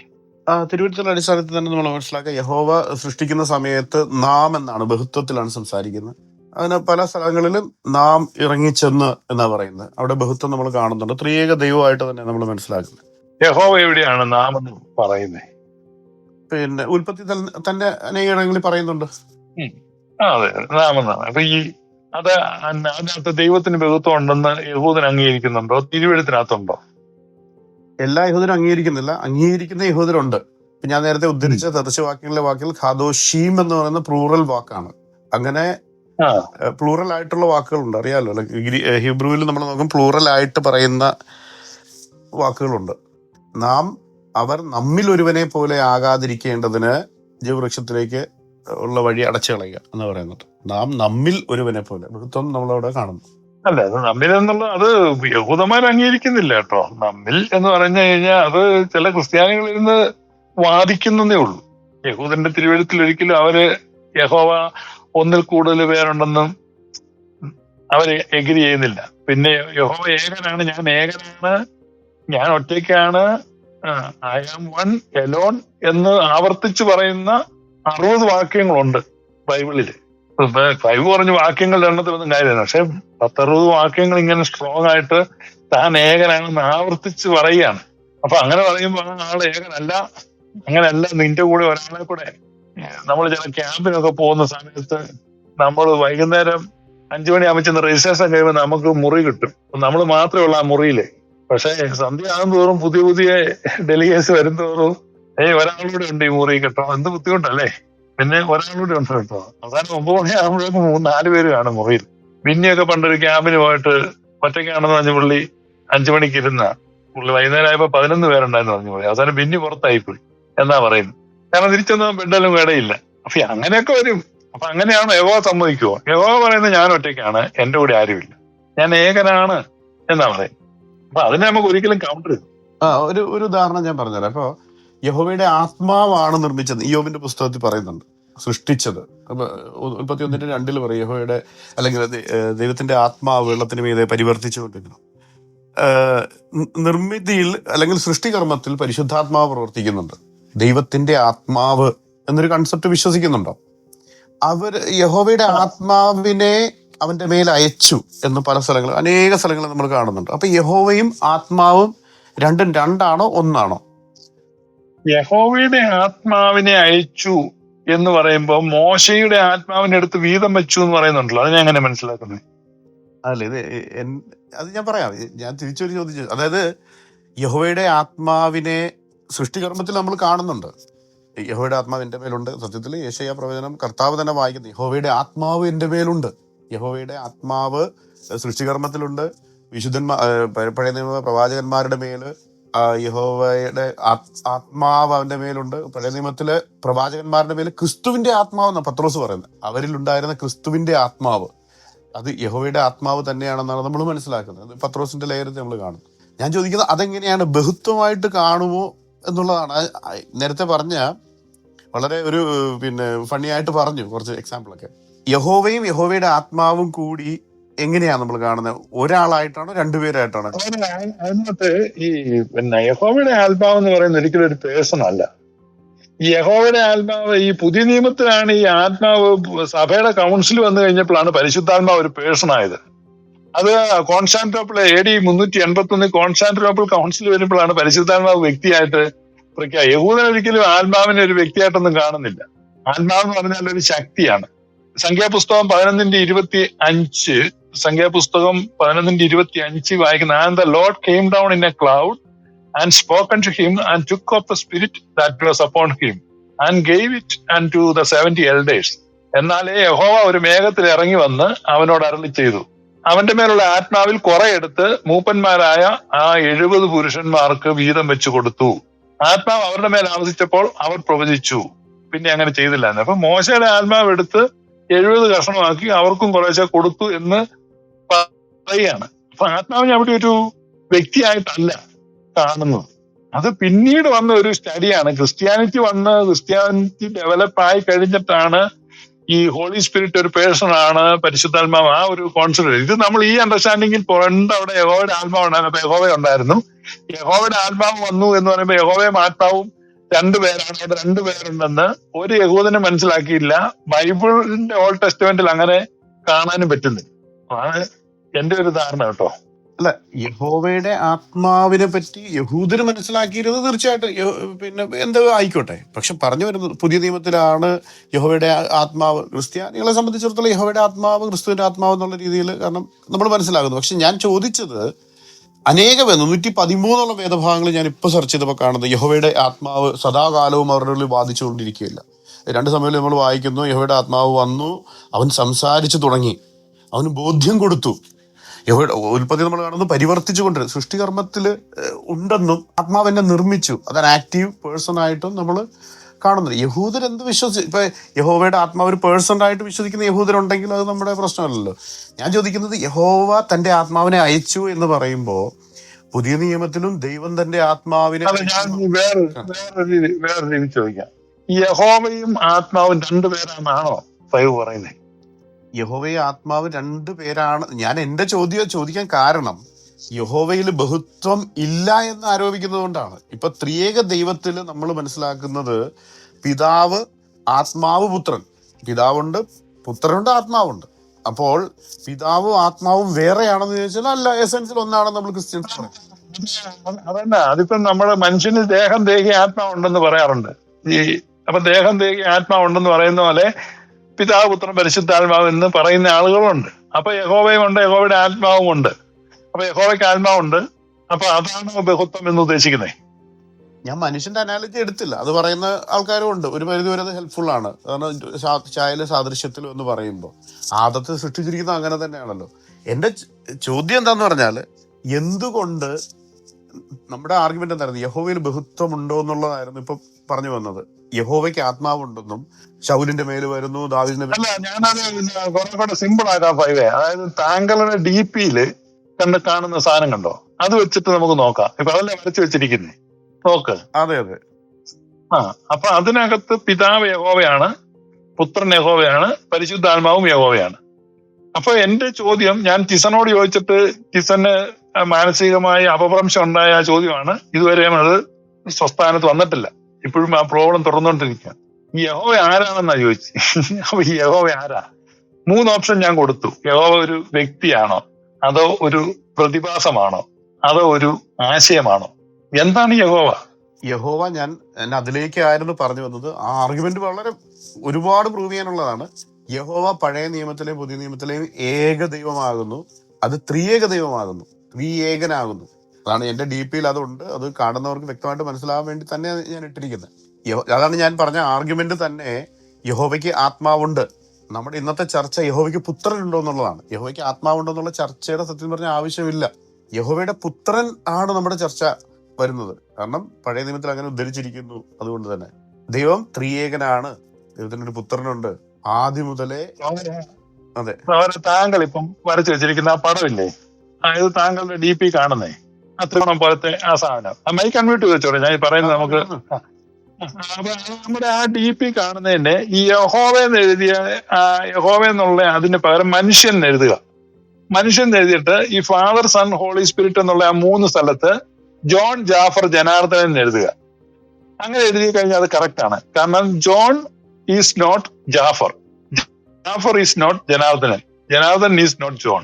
Jafar is man, John is man, Janardhan is man. അപ്പൊ നടുക്ക് മേനെന്ന് കൊടുക്കുക. അപ്പൊ അങ്ങനെ കൊടുത്തു കഴിയുമ്പോൾ ഈ പടം കറക്റ്റ് ആവും.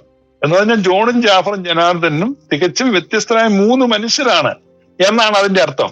എന്ന് പറഞ്ഞാൽ നിങ്ങളിപ്പം വരച്ചിരിക്കുന്ന ഈ പടത്തിന്റെ അർത്ഥം ഫാദറും സണ്ണും ഹോളി സ്പിരിറ്റും തികച്ചും വ്യത്യസ്തരായ അല്ലെങ്കിൽ വ്യതിരിക്തനായ 3 യഹോവമാരാണ് എന്നാണ് ഈ വരച്ചു വെച്ചിരിക്കുന്നതിന്റെ അർത്ഥം. താങ്കൾ വരച്ചതിന്റെ അർത്ഥമാണ് ഞാൻ പറയുന്നത്. അത് എഗ്രി ചെയ്യുന്നുണ്ടോ? വരച്ചതിന്റെ അർത്ഥം അല്ല, മറുപടി പറയാം. ഒറ്റ കുഴപ്പം മാത്രമേ ഉള്ളൂ. യഹോവ ജോൺ, ജാഫർ, ജനാർദ്ദനെ പോലെ എണ്ണാനായിട്ട് 3 പേരില്ലാത്തുള്ളതാണ്. അവനൊന്നേ ഉള്ളൂ. മനസ്സിലായല്ലേ? അപ്പോ ആ 3 കളത്തിൽ വേണമെങ്കിൽ ഇങ്ങനെ എഴുതാം. എന്താണ്, ബോഡി, മൈൻഡ് ആൻഡ് സോൾ എന്നുള്ള രീതിയിൽ എഴുതാം. മനുഷ്യനാണെങ്കിൽ മനുഷ്യൻ ഒരാളെ ഉള്ളെന്ന് വിചാരിച്ചു. അപ്പൊ ശരീരം സംബന്ധിച്ചത് മനുഷ്യന്റെയാണ്, മനുഷ്യനാണ്. ഞാൻ പറഞ്ഞു എക്സാമ്പിളിന് പരിമിതി ഉണ്ട്. ഈ എക്സാമ്പിൾ അങ്ങനെയാണെങ്കിൽ ബോഡി, മൈൻഡ് ആൻഡ് സോൾ എന്ന് 3 എഴുതി നടുക്കെന്നെ എഴുതും. മനുഷ്യനെന്ന് എഴുതും.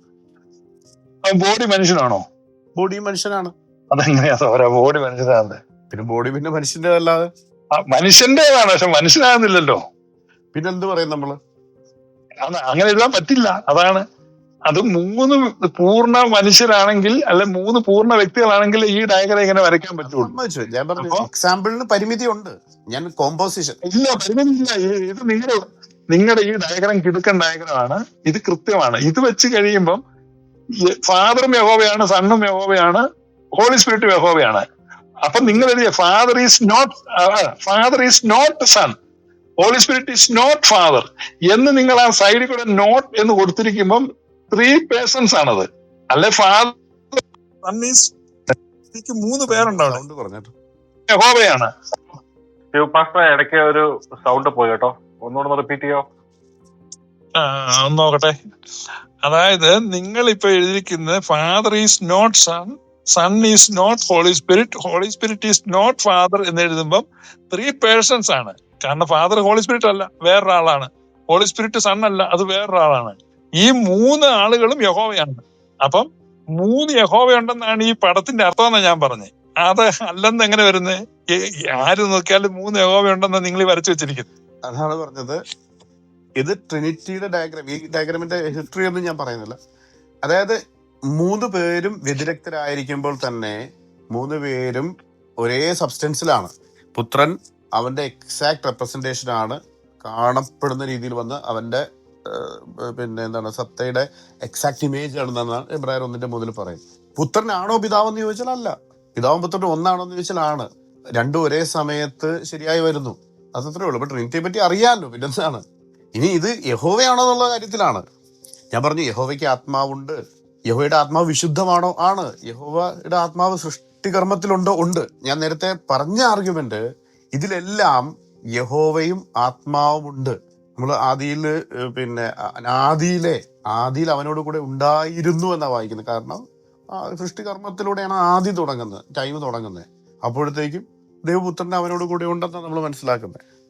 ഇനി യഹോവയെ അംഗീകരിക്കാത്തത് കൊണ്ടാണ് ഇവിടെ പ്രശ്നം വരുന്നത്.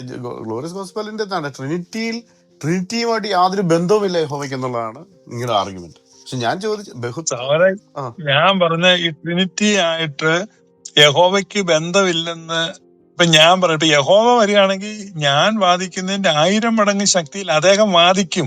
അദ്ദേഹത്തിന് ബന്ധമില്ല. കാരണം അദ്ദേഹം ബൈബിളിൽ തന്നെ എത്ര വാക്യം ഞാൻ ഏകനാണ്, എന്റെ കൂടെ ആരുമില്ലെന്ന് ആവർത്തിച്ച് വാക്യങ്ങൾ വേണേൽ ഞാൻ തരാം കേട്ടോ. ഏശയ്യാ പ്രവചനം, യെരമ്യാ പ്രവചനം, ഇഷ്ടംപോലെ വാക്യങ്ങളുണ്ട്.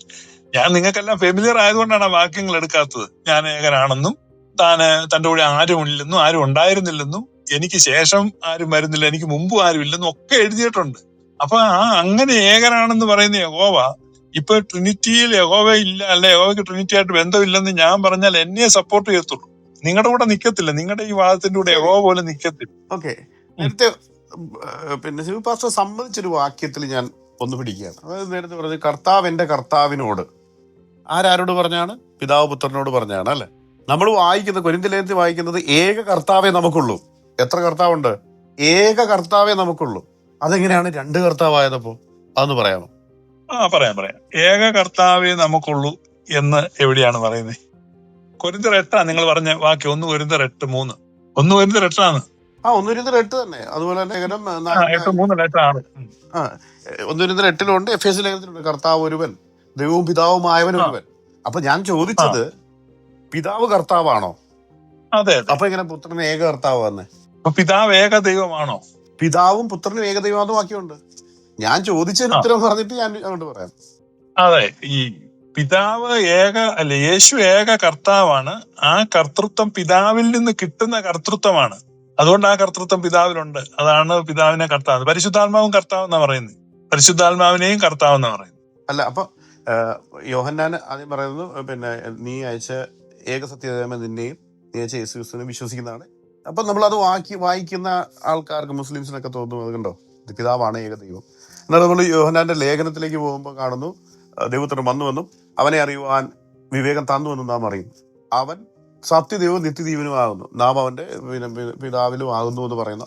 അവൻ സത്യദൈവവും നിത്യജീവനുമാണ്. കണ്ടോ, ഏക സത്യദൈവം എന്ന് പറയുന്നിടത്തോളം പിതാവിനെ കുറിച്ചാണ്, അതുപോലെ തന്നെ പുത്രനെ കുറിച്ചാണ്. ഇവിടെ ഞാൻ പറഞ്ഞു വരുന്നതിന്റെ അർത്ഥം പരിശുദ്ധാത്മാവ് സൃഷ്ടികർമ്മത്തിൽ പ്രവർത്തിക്കുന്നുണ്ട്. അപ്പൊ ഞാൻ ഏകനായിരുന്നു എന്ന് യഹോവ പറയുന്നു. ഇത് രണ്ടും കൂടെ ഇതിൽ ഒരു കള്ളമാണെന്നാണ് പറയുന്നത്. അത് സഹോദര, അത് ഞാൻ പറഞ്ഞത് ജനറൽ ആയിട്ട് അങ്ങനെ പറയുകയാണ്. നമുക്കതിനെ വ്യാഖ്യാനിക്കുകയോ അങ്ങനെ മനസ്സിലാക്കുകയോ ഒക്കെ ചെയ്യാം. ഇവിടെ യഹോവ അങ്ങനെയല്ല. ഇവിടെ എക്സ്പ്ലിസിറ്റ് ആയിട്ട് അദ്ദേഹം പറയണം, എന്റെ കൂടെ വേറെ ആരുമില്ല, ഞാൻ ഏകനാണ്. അപ്പൊ അത് നിങ്ങൾ ഇവിടെ വ്യാഖ്യാനിക്കുന്നതും അവിടെ അത്രയും കൃത്യമായി പറയുന്നതും തമ്മിൽ ഒത്തിരി അന്തരമുണ്ട്. ഇവിടെ പറയുന്ന ആ ഏകതയിൽ ആ ഏകദൈവമാണ് എന്ന് പറയുമ്പോൾ യേശു ഉണ്ട് എന്ന് പറഞ്ഞാൽ ന്യൂ ടെസ്റ്റ്മെന്റ് മുഴുവൻ നമ്മൾ വായിക്കുന്ന സമയത്ത്, യോഹന്നാന്റെ സുവിശേഷമൊക്കെ വായിക്കുന്ന സമയത്ത് പിതാവിനെ കുറിച്ചും പുത്രനെ കുറിച്ചും പരിശുദ്ധാത്മാവിനെ കുറിച്ചും ഒക്കെ അങ്ങ് യേശു ആചാരമായിട്ട് പറയുന്നുണ്ട്. അവിടെ 3 പേഴ്സൺസിനെ എടുത്തെടുത്ത് പറയുന്നുണ്ട്. പക്ഷെ നിങ്ങൾ യഹോവയുടെ ടെക്സ്റ്റുകൾ വായിക്കുമ്പോൾ യഹോവ അവിടെ ഭയങ്കര വിമുഖനായിട്ട് പറയുന്നുണ്ട്, എന്റെ കൂടെ വേറെ ആരുമില്ല, ഞാൻ ഏകനാണ്, ഞാൻ ഒറ്റയ്ക്കാണ് എന്നിങ്ങനെ നിരന്തരമായിട്ട് പറഞ്ഞുകൊണ്ടിരിക്കുക. അപ്പൊ അവിടെ എങ്ങനെയാണ് ഫിറ്റ് ആകുന്നതാണ് ഈ ചോദിക്കുന്നത്. അങ്ങനെ പറഞ്ഞുകൊണ്ടിരിക്കുന്ന യഹോവ എങ്ങനെ പിടിച്ച് ഇതിനകത്ത് ഒരാളാക്കും? അപ്പൊ അതിന് നിങ്ങൾ കണ്ട ഒരു മാർഗമാണ് ഇപ്പൊ ഫാദർ ഈസ് യഹോവ, സൺ ഈസ് യഹോവ, ഹോളി സ്പിരിറ്റ് ഈസ് യഹോവ. അപ്പൊ അത് ഞാൻ അംഗീകരിച്ചു. അപ്പൊ അതല്ല ചർച്ച ഞാൻ ചോദിച്ചത്. അപ്പൊ നിങ്ങൾ അതിന് ഉത്തരം പറയുന്നത് ഉത്തരം ശ്രദ്ധിച്ചു കേൾക്കുക. യഹോവ ഞാൻ പറഞ്ഞു 44-ലും 42-ലും ഒക്കെ പറയുന്നു, ഞാൻ ഏകനായി സൃഷ്ടിച്ചു, ആകാശത്തെ വിരിച്ചപ്പോൾ എന്നോട് കൂടെ ആരും ഉണ്ടായിരുന്നില്ല.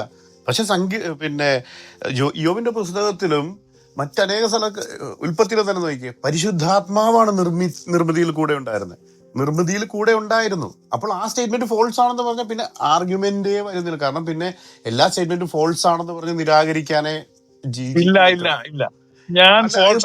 ഒരു സെന്റൻസ് കൂടി കംപ്ലീറ്റ് ചെയ്തിട്ട്, പുത്രൻ മുഖാന്തരം സകലത്തെയും സൃഷ്ടിച്ചു. പിതാവായ ദൈവം എന്ത് ചെയ്തു? സൃഷ്ടികർമ്മത്തിൽ എന്ത് പങ്കാളിത്തം എടുത്തു? നമ്മൾ പറയുന്നത് ട്രിനിറ്റിയാണ് സൃഷ്ടിച്ചത്. പരിശുദ്ധാത്മാവ് നമ്മളെ നിർമ്മിച്ചു അല്ലേ എന്നാ നമ്മൾ പറയുന്നത്. പരിശുദ്ധാത്മാവ് നമ്മളെ സൃഷ്ടിച്ചു, പിതാവ് സൃഷ്ടിച്ചു, പുത്രൻ സൃഷ്ടിച്ചു, പുത്രൻ മുഖാന്തരം ഉളവാക്കി, പുത്രൻ മുഖാന്തരം സകലത്തെ നിലനിർത്തുന്നു, എല്ലാം നമ്മൾ സമ്മതിക്കുന്നു. എന്നാൽ ഇവിടെ വരുമ്പോൾ ദൈവമാണോ സൃഷ്ടിച്ചതെന്ന് ചോദിക്കുമ്പോൾ ദൈവം ഒറ്റയ്ക്കല്ല സൃഷ്ടിച്ചത് ഒരു ട്രിനിറ്റേറിയനും പറയത്തില്ല. കാരണം എന്താ? ദൈവം ഒറ്റയ്ക്കാണ് സൃഷ്ടിച്ചത്. ദൈവം മാത്രമേ ഉള്ളൂ ഏക സൃഷ്ടാവെന്നേ പറയുള്ളൂ. എന്നാൽ ദൈവത്തിൽ പിതാവ്, പുത്രൻ, ആത്മാവ് എന്നിവരുണ്ട്. ഈ കാര്യം യഹോവയുടെ കാര്യത്തിൽ വരുമ്പോൾ ഞാൻ പരിശുദ്ധാത്മാവിനെ കാണിക്കുമ്പോൾ പറയാണ്, ഒരിടത്ത് ഏകൻ എന്ന് പറഞ്ഞിരിക്കുന്നു, അപ്പോൾ എങ്ങനെയാണ് സമ്മതിക്കുക? ആ ആർഗ്യുമെന്റ് പിന്നെയും ചോദിക്കുകയാണ്. ഞാൻ പറഞ്ഞില്ല, പരിശുദ്ധാത്മാവ് സൃഷ്ടികർമ്മത്തിലുണ്ടോ? ഉണ്ടെന്നാണ് നമ്മൾ മനസ്സിലാക്കുന്നത്. ഞാൻ നേരത്തെ ഒരു വാക്യം കൂടെ ചൂണ്ടിക്കാണിച്ചു. നേരത്തെ പിന്നെ ഭൂമിയുടെ അറുതികളൊക്കെയും നിയമിച്ചവനാര്, അവന്റെ പേരെന്ത്, അവന്റെ മകന്റെ പേരെന്ത്, പുത്രനെ നമ്മൾ കാണുന്നുണ്ട്. അതുകൂടെ ഒന്ന് അഡ്രസ് ചെയ്യണേ. അതെ, അത് ആഗൂറിന്റെ വചനങ്ങൾ അത് അവിടെ കടമെടുത്ത് വെച്ചിരിക്കുന്ന. ഇതിനകത്താണ് നമ്മൾ ഒരു കാര്യം മനസ്സിലാക്കേണ്ടത്. പുറപ്പാട് പുസ്തകം 6-ാം അധ്യായത്തിൽ യഹോവ എന്ന നാമം ആദ്യമായിട്ട് വെളിപ്പെടുന്നത് മോശയ്ക്കാണ്. നെഹമ്യായുടെ പുസ്തകം 9-ാം അധ്യായത്തിൽ യഹോവ എന്ന പേര് തന്നെ ഈജിപ്തിൽ നിന്ന് കിട്ടിയ പേരാണെന്നും എഴുതി വെച്ചിട്ടുണ്ട്. അപ്പൊ ഈ യഹോവ എന്ന ഒരു ദൈവം ഒരു കവനന്റ് ഗോഡാണ്. അത് മോസൈക്ക് കവനന്റിലാണ് ഈ യഹോവ പ്രത്യക്ഷപ്പെടുന്നത്. Before Mosaic covenant there was no Jehovah. അപ്പൊ അവിടെ ദൈവം എന്നാണ് പറയുന്നത്. ഉൽപ്പത്തി പുസ്തകത്തിലൊക്കെ പിന്നീട് ഈ റിട്രോസ്പെക്റ്റീവ് ആയിട്ട് യഹോവ എന്ന് എഴുതി വെച്ചിട്ടുള്ള, അല്ല യഹോവ അവിടെ ഒന്നും സൃഷ്ടിച്ചുമില്ല, യഹോവ ഒന്നും പറഞ്ഞിട്ടുമില്ല. പുറപ്പാട് 6-ലാണ് യഹോവ തുടങ്ങുന്നത്. പുറപ്പാട് 6 പറയുന്നു യഹോവ എന്നാണ് എന്റെ പേര്, ഇതിനു മുമ്പ് ഈ പേരൊന്നും ആർക്കും കൊടുത്തിട്ടില്ല. അപ്പൊ ചില ആളുകൾ പറയും അബ്രഹാം യഹോവ ഈരേ എന്ന് പേരിട്ടു എന്നാ പറയുന്നത്. അബ്രഹാം യഹോവ എന്ന് കേട്ടിട്ട് പോലും ഇല്ല. ഇന്നിപ്പോ അബ്രഹാം എഴുന്നേറ്റ് വരാണ് യഹോവ എന്ന് വെച്ചാൽ അബ്രഹാം ചോദിക്കും ഊയിസി. കാരണം അബ്രഹാം ആ സ്ഥലത്തിന് മൊറിയോ നെഹോസ എന്നാ പേരിട്ടെ. പിന്നീട് യഹോവയൊക്കെ വന്ന് നൂറ്റാണ്ടുകൾ കഴിഞ്ഞപ്പോ ആ പേരിനെ യഹോവ ഈരേന്ന് ഭാഷാന്തരം വരുത്തി യഹോവ ഈരേന്ന് അബ്രഹാം വിളിച്ചു എന്ന് എഴുതി വെച്ചിരിക്കുന്നതാണ്. അബ്രഹാം ഒറിജിനലി ആ സ്ഥലത്തെ വിളിച്ച മൊറിയോ നെഹോസ. കാരണം അബ്രഹാം കൽദായക്കാരനായിരുന്നു. കൽദായ ഭാഷയാണ് അബ്രഹാം സംസാരിച്ചുകൊണ്ടിരുന്നത്. എബ്രായ ഭാഷയില് ഉള്ള ഈ യഹോവ ഈരയോ യഹോവയൊന്നും അബ്രഹാമിന് അറിയില്ലായിരുന്നു.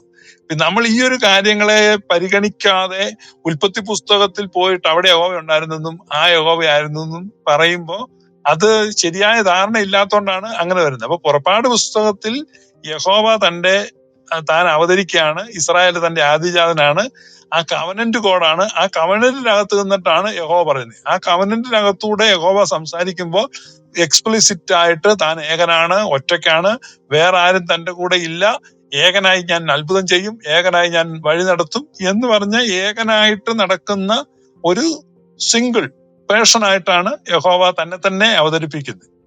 അപ്പൊ അതിനകത്തിട്ട് നമ്മൾ പുതിയ നിയമത്തിലേക്ക് വരുന്ന സമയത്ത് യേശു ക്രിസ്തു ആണ് അടുത്ത കർത്തൃത്വം ഏറ്റെടുക്കുകയാണ്. യഹോവയുടെ കർത്തൃത്വം മാറ്റി യേശു കർത്തൃത്വം ഏറ്റെടുക്കുന്നു എന്നുള്ളതാണ് ഗോസ്പല്. യഹോവയുടെ കർത്തൃത്വത്തിൽ ഇസ്രായേൽ വലിയ ഇരുട്ടിലായിരുന്നു. അതാണ് ഇരുട്ടിലിരുന്ന ജനം വലിയൊരു വെളിച്ചം കണ്ടു. ആ വലിയ വെളിച്ചം കൃപയുടെ വെളിച്ചമാണ്. ഇരുട്ടിലിരുന്നപ്പോ ന്യായപ്രമാണത്തിൽ സംബന്ധിച്ച് അത് പാപത്തിന്റെ ശമ്പളം മരണമാണ്, ദൈവത്തിന്റെ ദാനം നിത്യജീവനാണ്. അപ്പൊ പാപത്തിന്റെ ശമ്പളം എന്ന് പറഞ്ഞാൽ അത് വർക്കാണ്. വർക്ക് ഓൾഡ് ടെസ്റ്റമെന്റിലെ വർക്ക് ചെയ്യുമ്പോൾ അതെല്ലാം 5-ന് നല്ലപോലെ അറിയാം. അപ്പൊ ആ വർക്കായിരുന്നു, ആ വർക്കിന്റെ ലോഡായിരുന്നു യഹോവ. ഇവിടെ ഗ്രേസിന്റെ ലോഡായിട്ട് ജീസസ് വന്നു, അവിടെ എറ്റേണൽ ലൈഫ് കൊടുക്കുന്നു. ഈ ഒരു ട്രാൻസ്ലേഷനാണ് അവിടെ നടക്കുന്നത്. അപ്പൊ അത് വന്നു കഴിഞ്ഞപ്പോ ദൈവം റിലേഷൻഷിപ്പായി father son and Holy Spirit വന്നു. അതാണ് ന്യൂ ടെസ്റ്റമെന്റ് റെവലേഷൻ. ഈ ന്യൂ ടെസ്റ്റമെന്റ് റെവലേഷനെ പ്രീ മോസസ് പീരീഡിൽ, മോശയ്ക്ക് മുമ്പുള്ള പീരീഡിൽ അബ്രഹാമിന്റെ സംഭവങ്ങളുമായിട്ട് വേണമെങ്കിൽ നമുക്ക് കണക്ട് ചെയ്യാം. കാരണം ആ കാലഘട്ടങ്ങളിൽ അവിടെ യഹോവയുടെ ആധിപത്യമോ ന്യായപ്രമാണമോ ഇല്ലായിരുന്നു. അതുകൊണ്ടാണ് അബ്രഹാമിന്റെ അനുഗ്രഹം ക്രിസ്തുയേശുവിലൂടെ ജാതികൾക്ക് വരുമെന്ന് പൗലോസ്ലീഹ പറഞ്ഞത്. അതായത് മോശയ്ക്ക് മുമ്പുള്ള അബ്രഹാം പ്രവൃത്തി കൂടാതെ നീതീകരിക്കപ്പെട്ടു. ആ നീതീകരണം ക്രിസ്തുയേശുവിലൂടെ നമുക്ക് വരുന്നെന്നാണ് പറയുന്നത്. ഇടയ്ക്ക് കയറി വന്ന ഈ ന്യായപ്രമാണത്തിന്റെ കർത്താവിനെയാണ് യഹോവ എന്ന് വിശേഷിപ്പിക്കുന്നതെന്നാണ് ഞങ്ങൾ മനസ്സിലാക്കുന്നത്. അപ്പൊ അതിനു മുമ്പോ അതിന് ശേഷമോ, ന്യായപ്രമാണത്തിന് മുമ്പോ ന്യായപ്രമാണത്തിന് ശേഷമോ ഒരു യഹോവ ഇല്ല.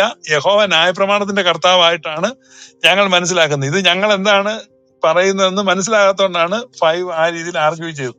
ഓക്കെ, നേരത്തെ സംബന്ധിച്ച് എല്ലാ തിരുവെഴുത്തുകളും മോശയുടെ പുസ്തകങ്ങൾ ഉൾപ്പെടെ, മോശയ്ക്ക് വെളിപ്പെട്ടത് പുറപ്പാടിലാണെന്ന് സമ്മതിക്കുന്നു, ആ നാമം വെളിപ്പെട്ടു.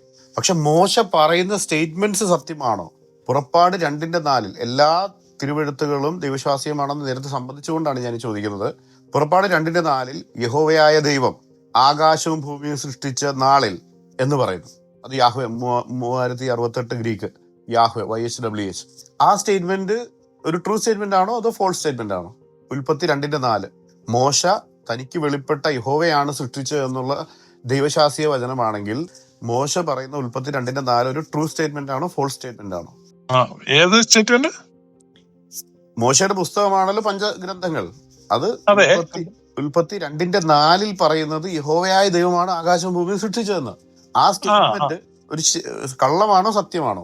ഇല്ല, അത് ഞാൻ പറഞ്ഞല്ലോ, അത് റെട്രോസ്പെക്റ്റീവായിട്ട് എഴുതിയതാണ് യഹോവ എന്ന് എഴുതി വെച്ച. കാരണം യഹോവ എന്ന പേര് കിട്ടിക്കഴിഞ്ഞപ്പോ ദൈവം എന്ന ജനറിക്ക് നാമം ഉള്ളിടത്ത് യഹോവ എന്ന് അവര് റീപ്ലേസ് ചെയ്തതാണ്.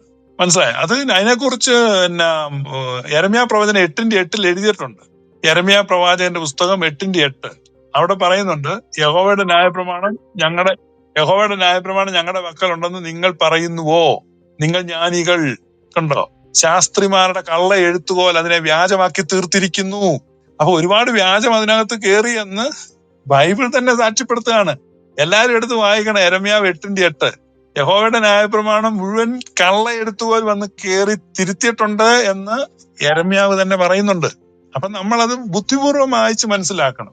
കാരണം യഹോവ വരുന്നത് ഈജിപ്തിൽ നിന്ന് ഇറങ്ങുന്ന സമയത്താണ്. അപ്പൊ അതിന് മുമ്പ് പിന്നെ യഹോവ വരുത്തില്ല.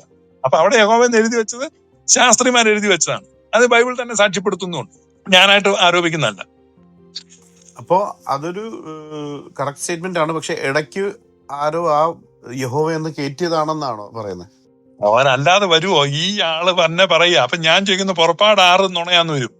പുറപ്പാട് 6 പറയാണ്, ഞാൻ യഹോവ എന്നുള്ള പേര് ഇതിനു മുമ്പ് ആരോടും പറഞ്ഞു കൊടുത്തിട്ടില്ല, ആർക്കും ഈ പേര് അറിയത്തുമില്ല. അപ്പൊ അബ്രഹാം ഒക്കെ യഹോവ എന്ന് വിളിച്ചെന്നും യഹോവയുടെ നാമത്തിലുള്ള ആരാധന ശേത്തിന്റെ കാലത്ത് തുടങ്ങിയെന്നും ഒക്കെ എഴുതിയിരിക്കുന്നത് നേരാണോ? അപ്പൊ പിന്നെ ഇത് നുണയാന്ന് വരികയല്ലേ? അപ്പൊ ഇത് നുണയാന്ന് പറഞ്ഞാൽ അത് നുണയാന്ന് വരികയല്ലേ? അപ്പൊ പിന്നെ ഇതിനെ രണ്ടിനെയും കൂടെ ശരിയാക്കാൻ വേണ്ടിയാണ് യെരമ്യാവ് 8:8 എഴുതിയത്. കള്ള എഴുത്തുപോലെ ഇടയ്ക്ക് കയറി അങ്ങനെ തിരുത്തിയിട്ടുണ്ട്. അപ്പൊ എങ്ങനെ തിരുത്തി? അപ്പൊ ഈജിപ്തിൽ നിന്ന് പോരുമ്പോഴാണ് യഹോവ പ്രത്യക്ഷപ്പെടുന്ന. അതിനു മുമ്പ് യഹോവ എന്ന് എഴുതിയത് വെറുതെ എഴുതിയതാണെന്ന് അനുമാനിക്കുമ്പോൾ പ്രശ്നം തീർന്നു. ആ ഒരു കോമൺ സെൻസ് ആണ് ഞങ്ങൾ ഉപയോഗിച്ചത്. ഓക്കെ. അപ്പോൾ നമുക്ക് പഴയ നിയമത്തിൽ സത്യം പറഞ്ഞ വലിയൊരു കൃത്രിമത്വം നടന്നിട്ടുണ്ട്. ഞാൻ മനസ്സിലാക്കുന്നത് 6000-ഓളം വാക്കുകൾ, 7000-നടുത്ത് വാക്കുകൾ ദൈവം എന്നുള്ളത് യഹോവ എന്ന് തിരുത്തി എഴുതി. അത് മോശ എഴുതിയപ്പോൾ ദൈവം എന്നായിരുന്നു എന്നാണോ ഈ പറഞ്ഞു വരുന്നത്? അങ്ങനെയാണെങ്കിൽ പഴയ നിയമത്തിന്റെ മുഴുവൻ വിശ്വാസ്യത തന്നെ ചോർന്നു പോകുന്ന രീതിയിലാണ്. അങ്ങനെയില്ല. ഈ യഹോവ എന്ന് പറഞ്ഞത് ഈ മോശയ്ക്ക് മുമ്പുള്ള ഭാഗങ്ങളിലാണ് യഹോവ എന്ന് മാറ്റിയത്. അത് ഒരിക്കലും ഒരു തിരുത്തലായിട്ട് കാരണം അവരെ സംബന്ധിച്ച് പിന്നീട് അവരുടെ ദൈവം യഹോവയാണ്. അവരുടെ ദൈവം യഹോവ ആയതുകൊണ്ട് അതിനു മുമ്പ് ദൈവം സൃഷ്ടിച്ചു എന്ന് പറഞ്ഞ ഭാഗങ്ങളിലും അവിടെ കൊണ്ട് യഹോവ സൃഷ്ടിച്ചു എന്ന് എഴുതി വെക്കുന്ന അവരെ സംബന്ധിച്ച് അതൊരു ദോഷമല്ല. ഇപ്പം ഈ ദൈവം അത് ചെയ്തു, ദൈവം ഇത് ചെയ്തു എന്ന് പറഞ്ഞൊരു പുരാതന സ്ക്രിപ്റ്റ് ഉണ്ട്. പിന്നീട് ഏതെങ്കിലും ഒരു മതം ഉണ്ടാകുമ്പോൾ ആ മതത്തിൻ്റെതായ ഒരു ദൈവം ഉണ്ടാകുമ്പം ജനറൽ ആയിട്ട് ദൈവം എന്ന് എഴുതിയെടുത്തൂടെ ആ മതത്തിന്റെ ദൈവത്തിന്റെ പേര് കൊണ്ട് എഴുതി വെക്കുകയാണ്. എന്നിട്ട് ആ ദൈവമാണ് സൃഷ്ടിച്ചതെന്ന്. ഇപ്പൊ മുസ്ലിങ്ങൾ അള്ളാഹു എന്നുള്ള പേര് അവർക്ക് കിട്ടിക്കഴിഞ്ഞപ്പം അള്ളാഹു സൃഷ്ടിച്ചു. അള്ളാഹു അബ്രഹാമിനോട് അരുളി ചെയ്തു. അപ്പം അള്ളാഹു അബ്രഹാമിനെ അരുളിച്ച് അബ്രഹാം ചോദിക്കും, ആര്, എപ്പോ, ഞാനോ, ഒന്ന് പോടാ എന്നൊക്കെ പറയും. ഇത് കൊണ്ടതില്ലേ മുസ്ലിങ്ങളൊന്നും അള്ളാഹു എന്ന് എഴുതി, യഹൂദം കൊണ്ട് യഹോവ എന്ന് എഴുതി. അബ്രഹാം 2 കൂട്ടർക്കിട്ട് അടി കൊടുക്കും, ഓടണേ എന്ന് പറയും. എനിക്കിതൊന്നും അറിയത്തില്ല. അപ്പൊ ഇത് നമ്മൾ ജനറിക് ഗോഡാണ്. അപ്പൊ അവിടെ എലോഹിസ്റ്റുകൾ ഉണ്ടായിരുന്നു. ഈ എലോഹിസ്റ്റുകൾ എന്ന് പറഞ്ഞാൽ നോർത്തേൺ കിങ്ഡത്തിലുള്ളവരെല്ലാം എലോഹിം എന്നാണ് എഴുതിക്കൊണ്ടിരുന്നത്. സദേൺ കിങ്ഡത്തിലുള്ളവരാണ് യഹോവ എന്ന് എഴുതിക്കൊണ്ടിരുന്നത്. അവരെ അസീറിയക്കാർ പിടിച്ചോണ്ട് പോയി, പിന്നെ തിരിച്ചു വന്നില്ല. അപ്പൊ യേശു വന്നിട്ട് പറഞ്ഞു, ഞാൻ ഇസ്രായേലിലെ കാണാതെ പോയ ആടുകളെ തപ്പിയാ വന്നിരിക്കുന്നത്, അവരെങ്ങോ പോയി. എലോഹിസ്റ്റ് പക്ഷമായിരുന്നു. അപ്പൊ യേശുവിനെ സംബന്ധിച്ച് യേശു യഹോവയെന്നൊന്നും അല്ല. കുരിശാൽ കിടക്കുമ്പോൾ പോലും ഏലി ഏലി എന്നുള്ള സങ്കീർത്തനമാണ് അവിടെ പറയുന്നത്, ഏലി ഏലി ലമ്മാ ശബക്താനി. അത് നമ്മള് കാണുക. ഇത് രണ്ട് സ്ട്രീമായിട്ടാണ്. അപ്പൊ ജനറിക് ആയിട്ട് ആദ്യം എഴുതപ്പെട്ടിരുന്നത്.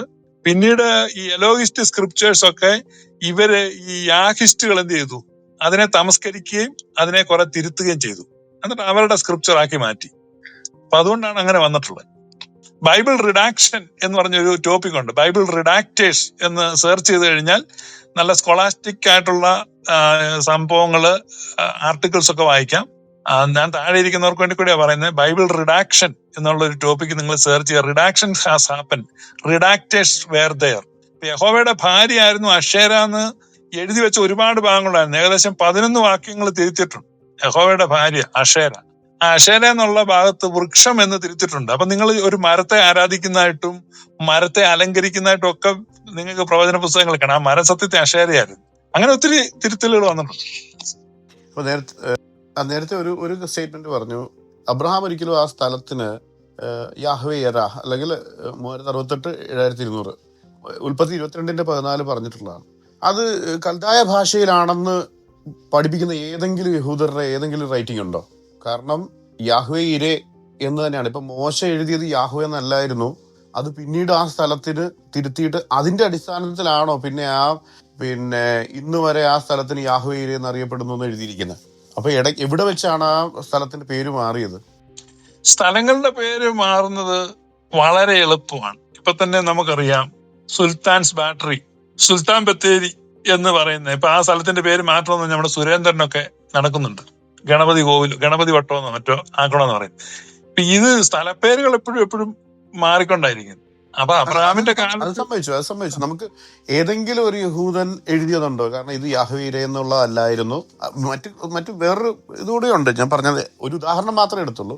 യാഹ്വെന്ന് ചേർത്തുള്ള അല്ലായിരുന്നു ഈ സ്ഥലം. അത് ഇതിനിടയ്ക്ക് വെച്ച് ഇത് പറ്റിക്കപ്പെട്ടതാണെന്ന് പറയുന്ന ഏതെങ്കിലും ഒരു സ്കോളർലി പിന്നെ സഭാപിതാവോ ആരെങ്കിലും സാക്ഷ്യപ്പെടുത്തുന്നു? കാരണം ഇതൊരു വലിയ ക്ലെയിമാണ്.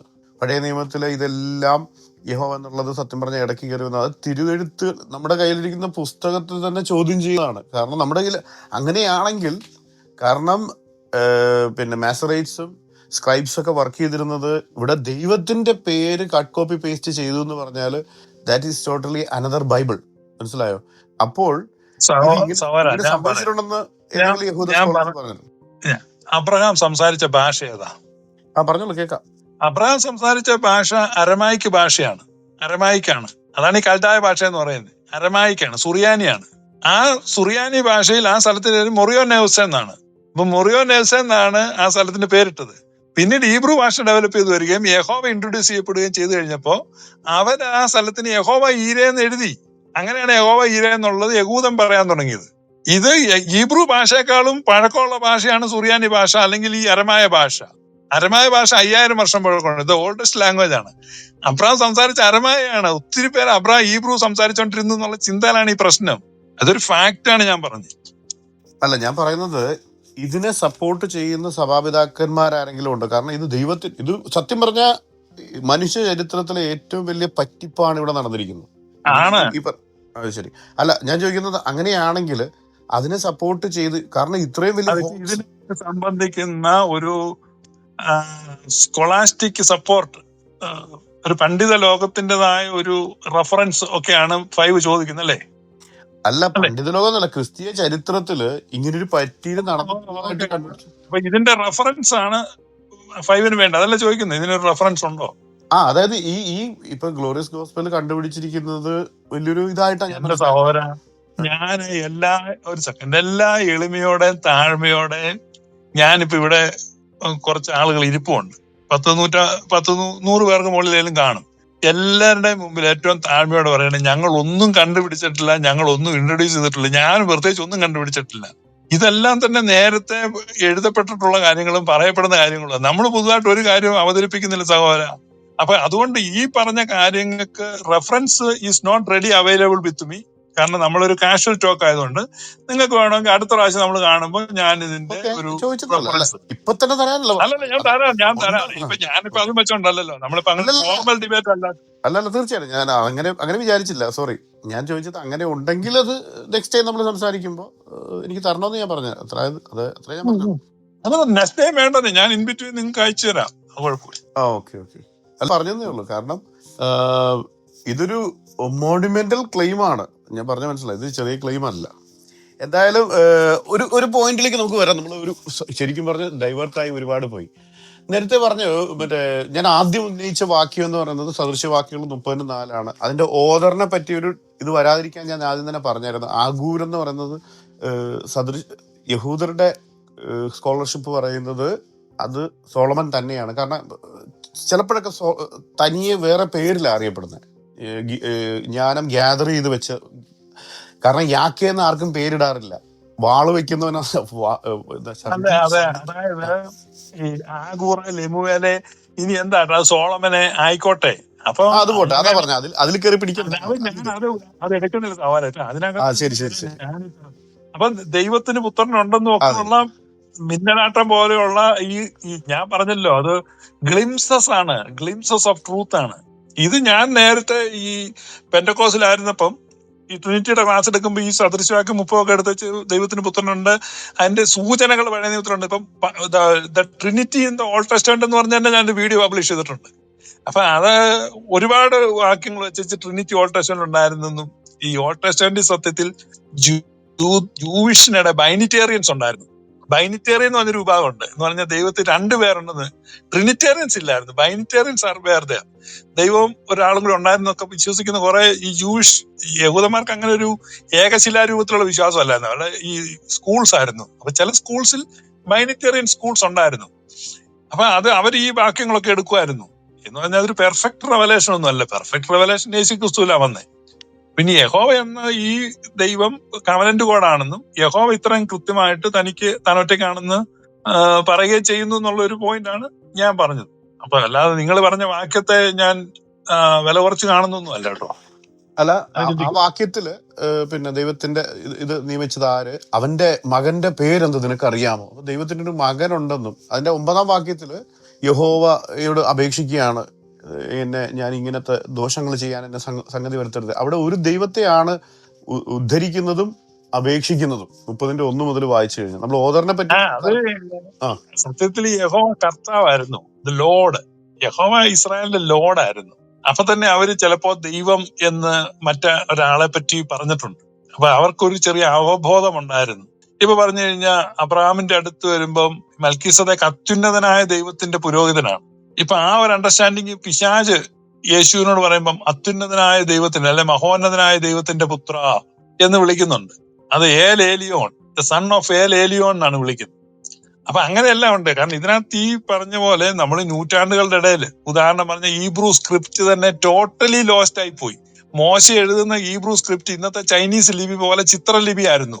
പടം വരച്ചിപ്പം ആലേഫ്, ബെയ്ത്ത്, ഈ എബ്രായ ഭാഷ ഓരോ അക്ഷരവും ഓരോ ചിത്രമായിരുന്നു. ആലേഫ് എന്ന് പറഞ്ഞൊരു കാളയുടെ പടമായിരുന്നു വരച്ചോണ്ടിരുന്നത്. ബേത്ത് എന്ന് പറഞ്ഞൊരു വീടിന്റെ പടമായിരുന്നു വരച്ചോണ്ടിരുന്നത്. എന്നിട്ട് അതിന് എക്സ്പ്ലനേഷൻ ഉണ്ട്. ഈ പടങ്ങളിലൂടെയാണ് എബ്രായ ഭാഷ എഴുതിക്കൊണ്ടിരുന്നത്. ഓരോ അക്ഷരവും ഓരോ ചിത്രമായിരുന്നു. ഇന്ന് ചൈനീസ് ഭാഷ ചിത്രങ്ങളാണ്. അപ്പൊ ലക്ഷക്കണക്കിന് അക്ഷരങ്ങളാണ് വരുന്നതിനകത്ത്, ചിത്രങ്ങളുടെ കോമ്പിനേഷൻസ് ആണ്. അപ്പൊ അതുപോലെ എഴുതിക്കൊണ്ടിരുന്ന എബ്രായ ഭാഷയുടെ സ്ക്രിപ്റ്റ് ലോസ്റ്റ് ആയി പോയി. പിന്നീട് ഇവർക്ക് പ്രവാസങ്ങളും എല്ലാം വന്നു. ഏറ്റവും അവസാനം ഇവരെന്ത് ചെയ്തു, കൽദായ സ്ക്രിപ്റ്റ് അല്ലെങ്കിൽ സുറിയാനി ഭാഷയുടെ സ്ക്രിപ്റ്റ് കടമെടുത്തു.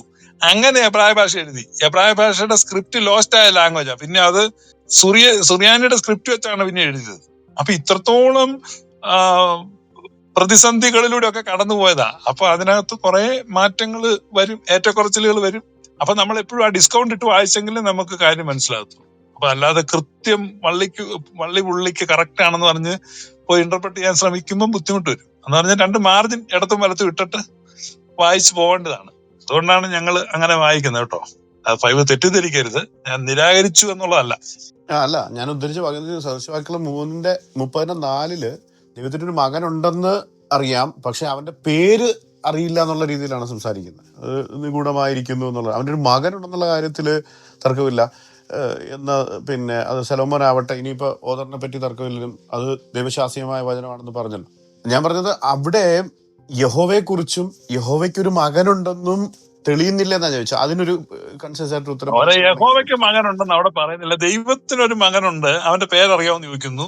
പിന്നെ യഹോവയോട് ഇടറരുതെന്ന് താഴെ എഴുതി വെച്ചിട്ടുണ്ട്. അവിടെ യഹോവയ്ക്ക് മകനുണ്ടെന്ന് എഴുതിയിട്ടില്ല. അപ്പൊ ഇതാ ഞാൻ അല്ല, ഭാഗികമായ ചില വെളിപ്പാടുകൾ ഉണ്ടായിരുന്നു ഫൈവ്, ഇല്ലെന്ന് ഞാൻ പറഞ്ഞില്ലല്ലോ. ഫ്രാഗ്മെന്റ്സ് എന്ന് ഞാൻ പറഞ്ഞു. അതിനെ അങ്കിള് പറഞ്ഞു. ഇനി എന്താ മോസ്റ്റ് അല്ല അത് ഷിബു ബ്രദറെ, ഫൈവ് ബ്രദറെ, നമുക്ക് ഇനിയുള്ള ഒരു 15 മിനിറ്റ് നമുക്ക് ഡിസ്കഷൻ തീർത്തിട്ട് നമുക്കൊരു ക്വസ്റ്റ്യൻ ആൻസർ സെഷൻ നമ്മൾ ഓഡിയൻസിന് എടുക്കുന്നുണ്ട്. അപ്പൊ ഒരു 15 മിനിറ്റ് രണ്ടുപേരും കൂടെ അതൊന്ന് അവസാനിപ്പിക്കണം. നമുക്ക് എന്നിട്ട് ഓഡിയൻസിന് ക്വസ്റ്റ്യൻ എടുക്കാം. അല്ല, എനിക്ക് ഇനി 15 മിനിറ്റ് ഒന്നും പറയാനില്ല. ഞാൻ ഒരു ചോദ്യം കൂടി ഞാൻ അവസാനിപ്പിക്കുകയാണ്. അപ്പൊ നേരത്തെ ഓക്കെ, ഞാൻ നിർത്തുക. ഇപ്പൊ ഈ സദൃശവാക്യം 34 യഹോവയ്ക്ക് ദൈവത്തിനൊരു മകനുണ്ട് എന്ന് പറഞ്ഞിട്ട് പിന്നെ കാരണം അവിടെ ആ വാക്യത്തിൽ തന്നെ സ്വർഗത്തിലേക്ക് കടന്നവനാര്, ഞാനത് കാണിച്ചു. യോഹന്നാൻ 3:13 നിക്കോദോസ് സ്വർഗത്തിലേക്ക് പോയത് പുത്രൻ മാത്രമാണ്.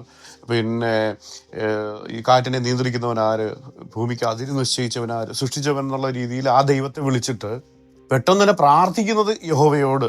അതെങ്ങനെയാണ് അതിനെ പിന്നെ നിങ്ങൾ റിക്കൺസൈൽ ചെയ്യുന്നത്? ദൈവത്തെക്കുറിച്ച് പറയുകയാണ്, അവന്റെ മകനെ കുറിച്ച് പറയുകയാണ് സഭാപ്രസംഗിയില് 3:30 സദൃശവാക്യങ്ങളിൽ 30:4. 30:9 വരുമ്പോ യഹോവേ എന്ന് വിളിച്ചാ പ്രാർത്ഥിക്കുന്നത്. അപ്പൊ പുള്ളി നേരെ തന്നെ ദർശനം മാറ്റി വേറൊരു ദൈവത്തെ എങ്ങനെയാണ്?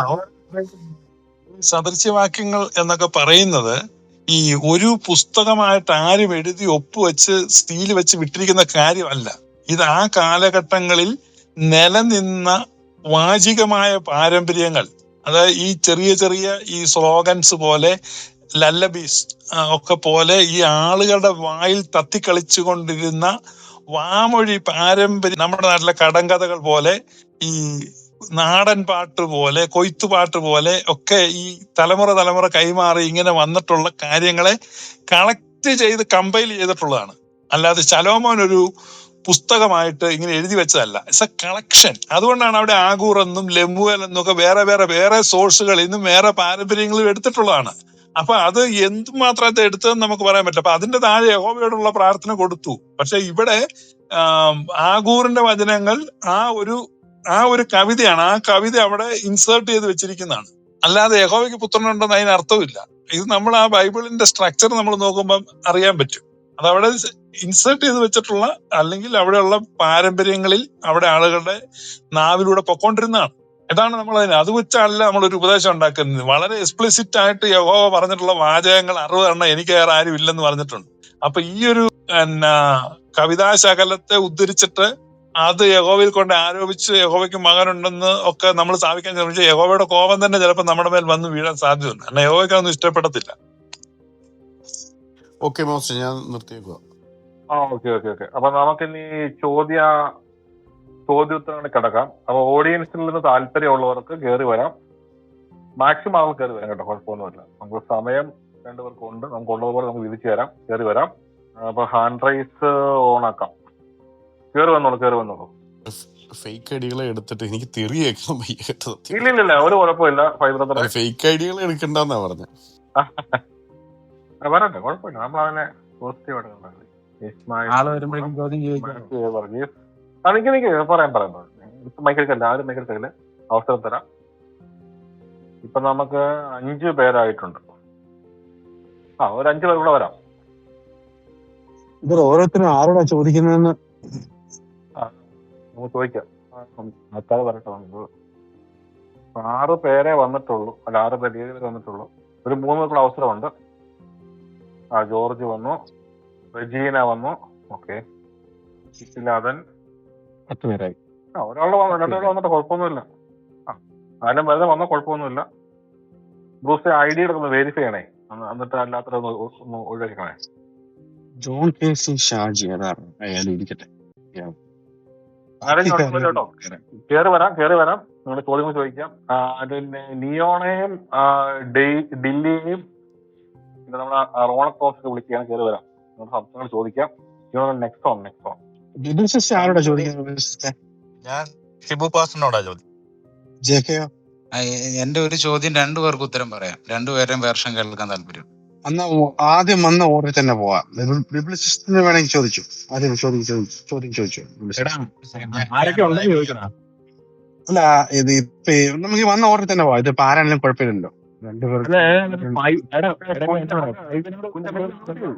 കുഞ്ചൻ നിങ്ങളെ മ്യൂട്ട് ചെയ്യും. അത് പ്രശ്നമുള്ള കാര്യമല്ല. നിങ്ങൾ മ്യൂട്ട് ചെയ്യും. ഓർഡറിനെ ഫോട്ടോ കേൾക്കുന്നുണ്ടോ? ചോദിച്ചു. ഞാൻ പറയുന്നത് കേൾക്കുന്നില്ലെങ്കിൽ പറയണേ. കേൾക്കാം. ചോദിച്ചോ. എന്റെ ചോദ്യം ചോദ്യത്തിന് മുമ്പ് നിങ്ങൾക്ക് നിങ്ങളുടെ ആർഗ്യുമെന്റ്സ്, ചോദ്യത്തിന് ശേഷം ആർഗ്യുമെന്റ്സ് പറയാം. അങ്ങനെ 2 കൗണ്ടർ ചോദ്യങ്ങൾ ചോദിക്കാം. പ്രശ്നമൊന്നുമില്ല കേട്ടോ. ചോദിച്ചോ. ഹലോ, എന്റെ ഞാൻ സഞ്ചരിക്കുന്ന ഏരിയ ബിബ്ലിസിലേക്ക് തിരിച്ചു വരാം. ജെകെ ചോദിക്കട്ടെ. ജെകെ. ഓക്കെ. ഞാൻ ചോദിക്കുന്നത് ഈ സ്ലീഹന്മാര് സ്ലീഹന്മാര് സിനഗോഗുകളിൽ പോയിട്ട് ദൈവവചന പ്രകാരം അതായത് ദൈവവചനം അവിടെ ഉദ്ദേശിക്കുന്ന പഴയ നിയമമാണെന്നാണ് ഞാൻ വിശ്വസിക്കുന്നത്.